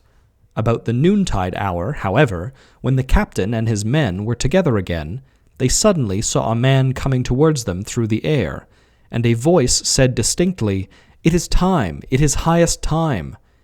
But when the figure drew close to them, flying past quickly like a shadow in the direction of the volcano, they recognized with the greatest dismay that it was Zarathustra. "Behold," said the old helmsman, "Zarathustra goes down to hell." The second example is an excerpt from Blätter aus Prevorst, from Kerner. Quote, "The 4 captains and a merchant, Mr. Bell, went ashore on the island of Mount Stromboli to shoot rabbits. At 3 o'clock they mustered the crew to go aboard, when, to their inexpressible astonishment, they saw 2 men flying rapidly towards them through the air. One was dressed in black and the other in gray. They came past them very closely, in the greatest haste, and to their utmost dismay descended amid the burning flames into the crater of the terrible volcano, Mount Stromboli. They recognized the pair as acquaintances from London." Nietzsche's sister, Elizabeth Förster Nietzsche, told me, in reply to my enquiry, that Nietzsche had taken a lively interest in Kerner when staying with his grandfather, Pastor Oehler, in Pobler between the ages of 12 and 15, but certainly not later. It could scarcely have been Nietzsche's intention to commit a plagiarism from a ship's log. Had this been the case, he would surely have omitted that extremely prosaic and totally irrelevant passage about shooting rabbits. Obviously, when painting the picture of Zarathustra's descent into hell, that forgotten impression from his youth must have slipped half or wholly unconscious into his mind. This example shows all the peculiarities of cryptomnesia, a quite unimportant detail which only deserves to be forgotten as quickly as possible is suddenly reproduced with almost literal fidelity, while the main point of the story is, one cannot say modified, but recreated in an individual manner. Around the individual core, the idea of the journey to hell, there are deposited as picturesque details those old, forgotten impressions of a similar situation. The story itself is so absurd that the young Nietzsche, a voracious reader, probably skimmed through it without evincing any very profound interest in the matter. Here, then, is the required minimum of associative connections, for we can hardly conceive of a greater jump than from that stupid old tale to Nietzsche's consciousness in the year 1883. If we realize Nietzsche's state of mind at the time when he wrote Zarathustra, and the poetic ecstasy that at more than one point verges on the pathological, this abnormal reminiscence will appear more understandable. The other of the two possibilities mentioned above, namely, registering some object, not in itself uninteresting, in a state of distractibility or partial interest due to a lack of understanding, and its cryptomnestic reproduction, is found mainly in somnambulists, and also, as curiosities of literature, in people at the point of death. Out of the rich choice of these phenomena, we are chiefly concerned here with speaking in foreign tongues, the symptom of glossolalia. This phenomenon is mentioned in practically all cases of ecstasy. It is found in the New Testament, in the Acta Sanctorum, in the witch trials, and in recent times in the story of the clairvoyant of Prevorst, in Judge Edmund's daughter Laura, in Flournoy's Helen Smith, who was thoroughly investigated on this question too, and also in Braisler's case, which was probably identical with that of Blumhardt's Gottlieben Dittus. As Flournoy has shown, glossolalia, insofar as it is a really independent language, is a cryptomnestic phenomenon par excellence. I would refer the reader to Flournoy's exceedingly interesting study of this subject. In our case, glossolalia was observed only once, and then the only intelligible words were the interspersed variations of the word vena. The origin of this word is clear. A few days previously, the patient had dipped into an anatomical atlas and immersed herself in a study of the veins of the face, which were given in Latin, and she used the word vena in her dreams just as a normal person might do. The remaining words and sentences in foreign language reveal at a glance their derivation from the patient's slight knowledge of French. Unfortunately, I did not get exact translations of the various sentences, because the patient refused to give them to me, but we can take it that it was the same sort of thing as Helen Smith's Martian language. Flournoy shows that this Martian language was nothing but a childish translation from the French. Only the words were altered, but the syntax remained the same. A more probable explanation is that our patient simply strung a lot of meaningless, foreign-sounding words together, and instead of forming any true words, borrowed certain characteristic sounds from French and Italian and combined them into a sort of language, just as Helen Smith filled in the gaps between the real Sanskrit words with pseudo-linguistic products of her own. The curious names of the mystical system can mostly be traced back to known roots. Even the circles remind one of the planetary orbits found in every school atlas. The inner parallel with the relation of the planets to the sun is also pretty clear. So we shall not go far wrong if we see the names as reminiscences of popular astronomy. In this way, the names Perseus, Venus, Nenus, Serum, Surus, Fixus, and Pix can be explained as childish distortions of Perseus, Venus, Sirius, and fixed star, analogous to the Vena variations. Magnosaur is reminiscent of magnetism, whose mystical significance the patient knew from the clairvoyant of Prevorst story. Connoisseur being contrary to magnosaur, the first syllable con suggests French contra. Hippos and hyphenism remind one of hypnosis and hypnotism, about which the weirdest ideas still circulate amongst laymen. The frequent endings in us and os are the signs by which most people distinguish between Latin and Greek. The other names derive from similar accidents to which we lack the clues. Naturally, the modest glossolalia of our case cannot claim to be a classic example of cryptomnesia, for it consists only in the unconscious use of different impressions. Some are optical, some acoustic, and all are very obvious. 2. The cryptomnestic image enters consciousness through mediation of the senses, as a hallucination. Helen Smith is the classic example of this. See the case cited above concerning the number 18, paragraph 98. 3. The image enters consciousness by motor automatism. Helen Smith had lost a very valuable brooch which she was anxiously looking for everywhere. 10 days later, her guide Leopold told her by table movements where it was. From the information received, she found it one night in an open field covered by sand. Strictly speaking, in cryptomnesia, there is no heightened performance in the true sense of the term, since the conscious memory experiences no intensification of function, but only an enrichment of content. Through the automatism, certain areas which were previously closed to consciousness are made accessible to it in an indirect way. But the unconscious itself is not performing any function that exceeds the capacities of the conscious mind, either qualitatively or quantitatively. Cryptomnesia is therefore only an apparent instance of heightened performance, in contrast to hypermnesia, where there is an actual increase of function.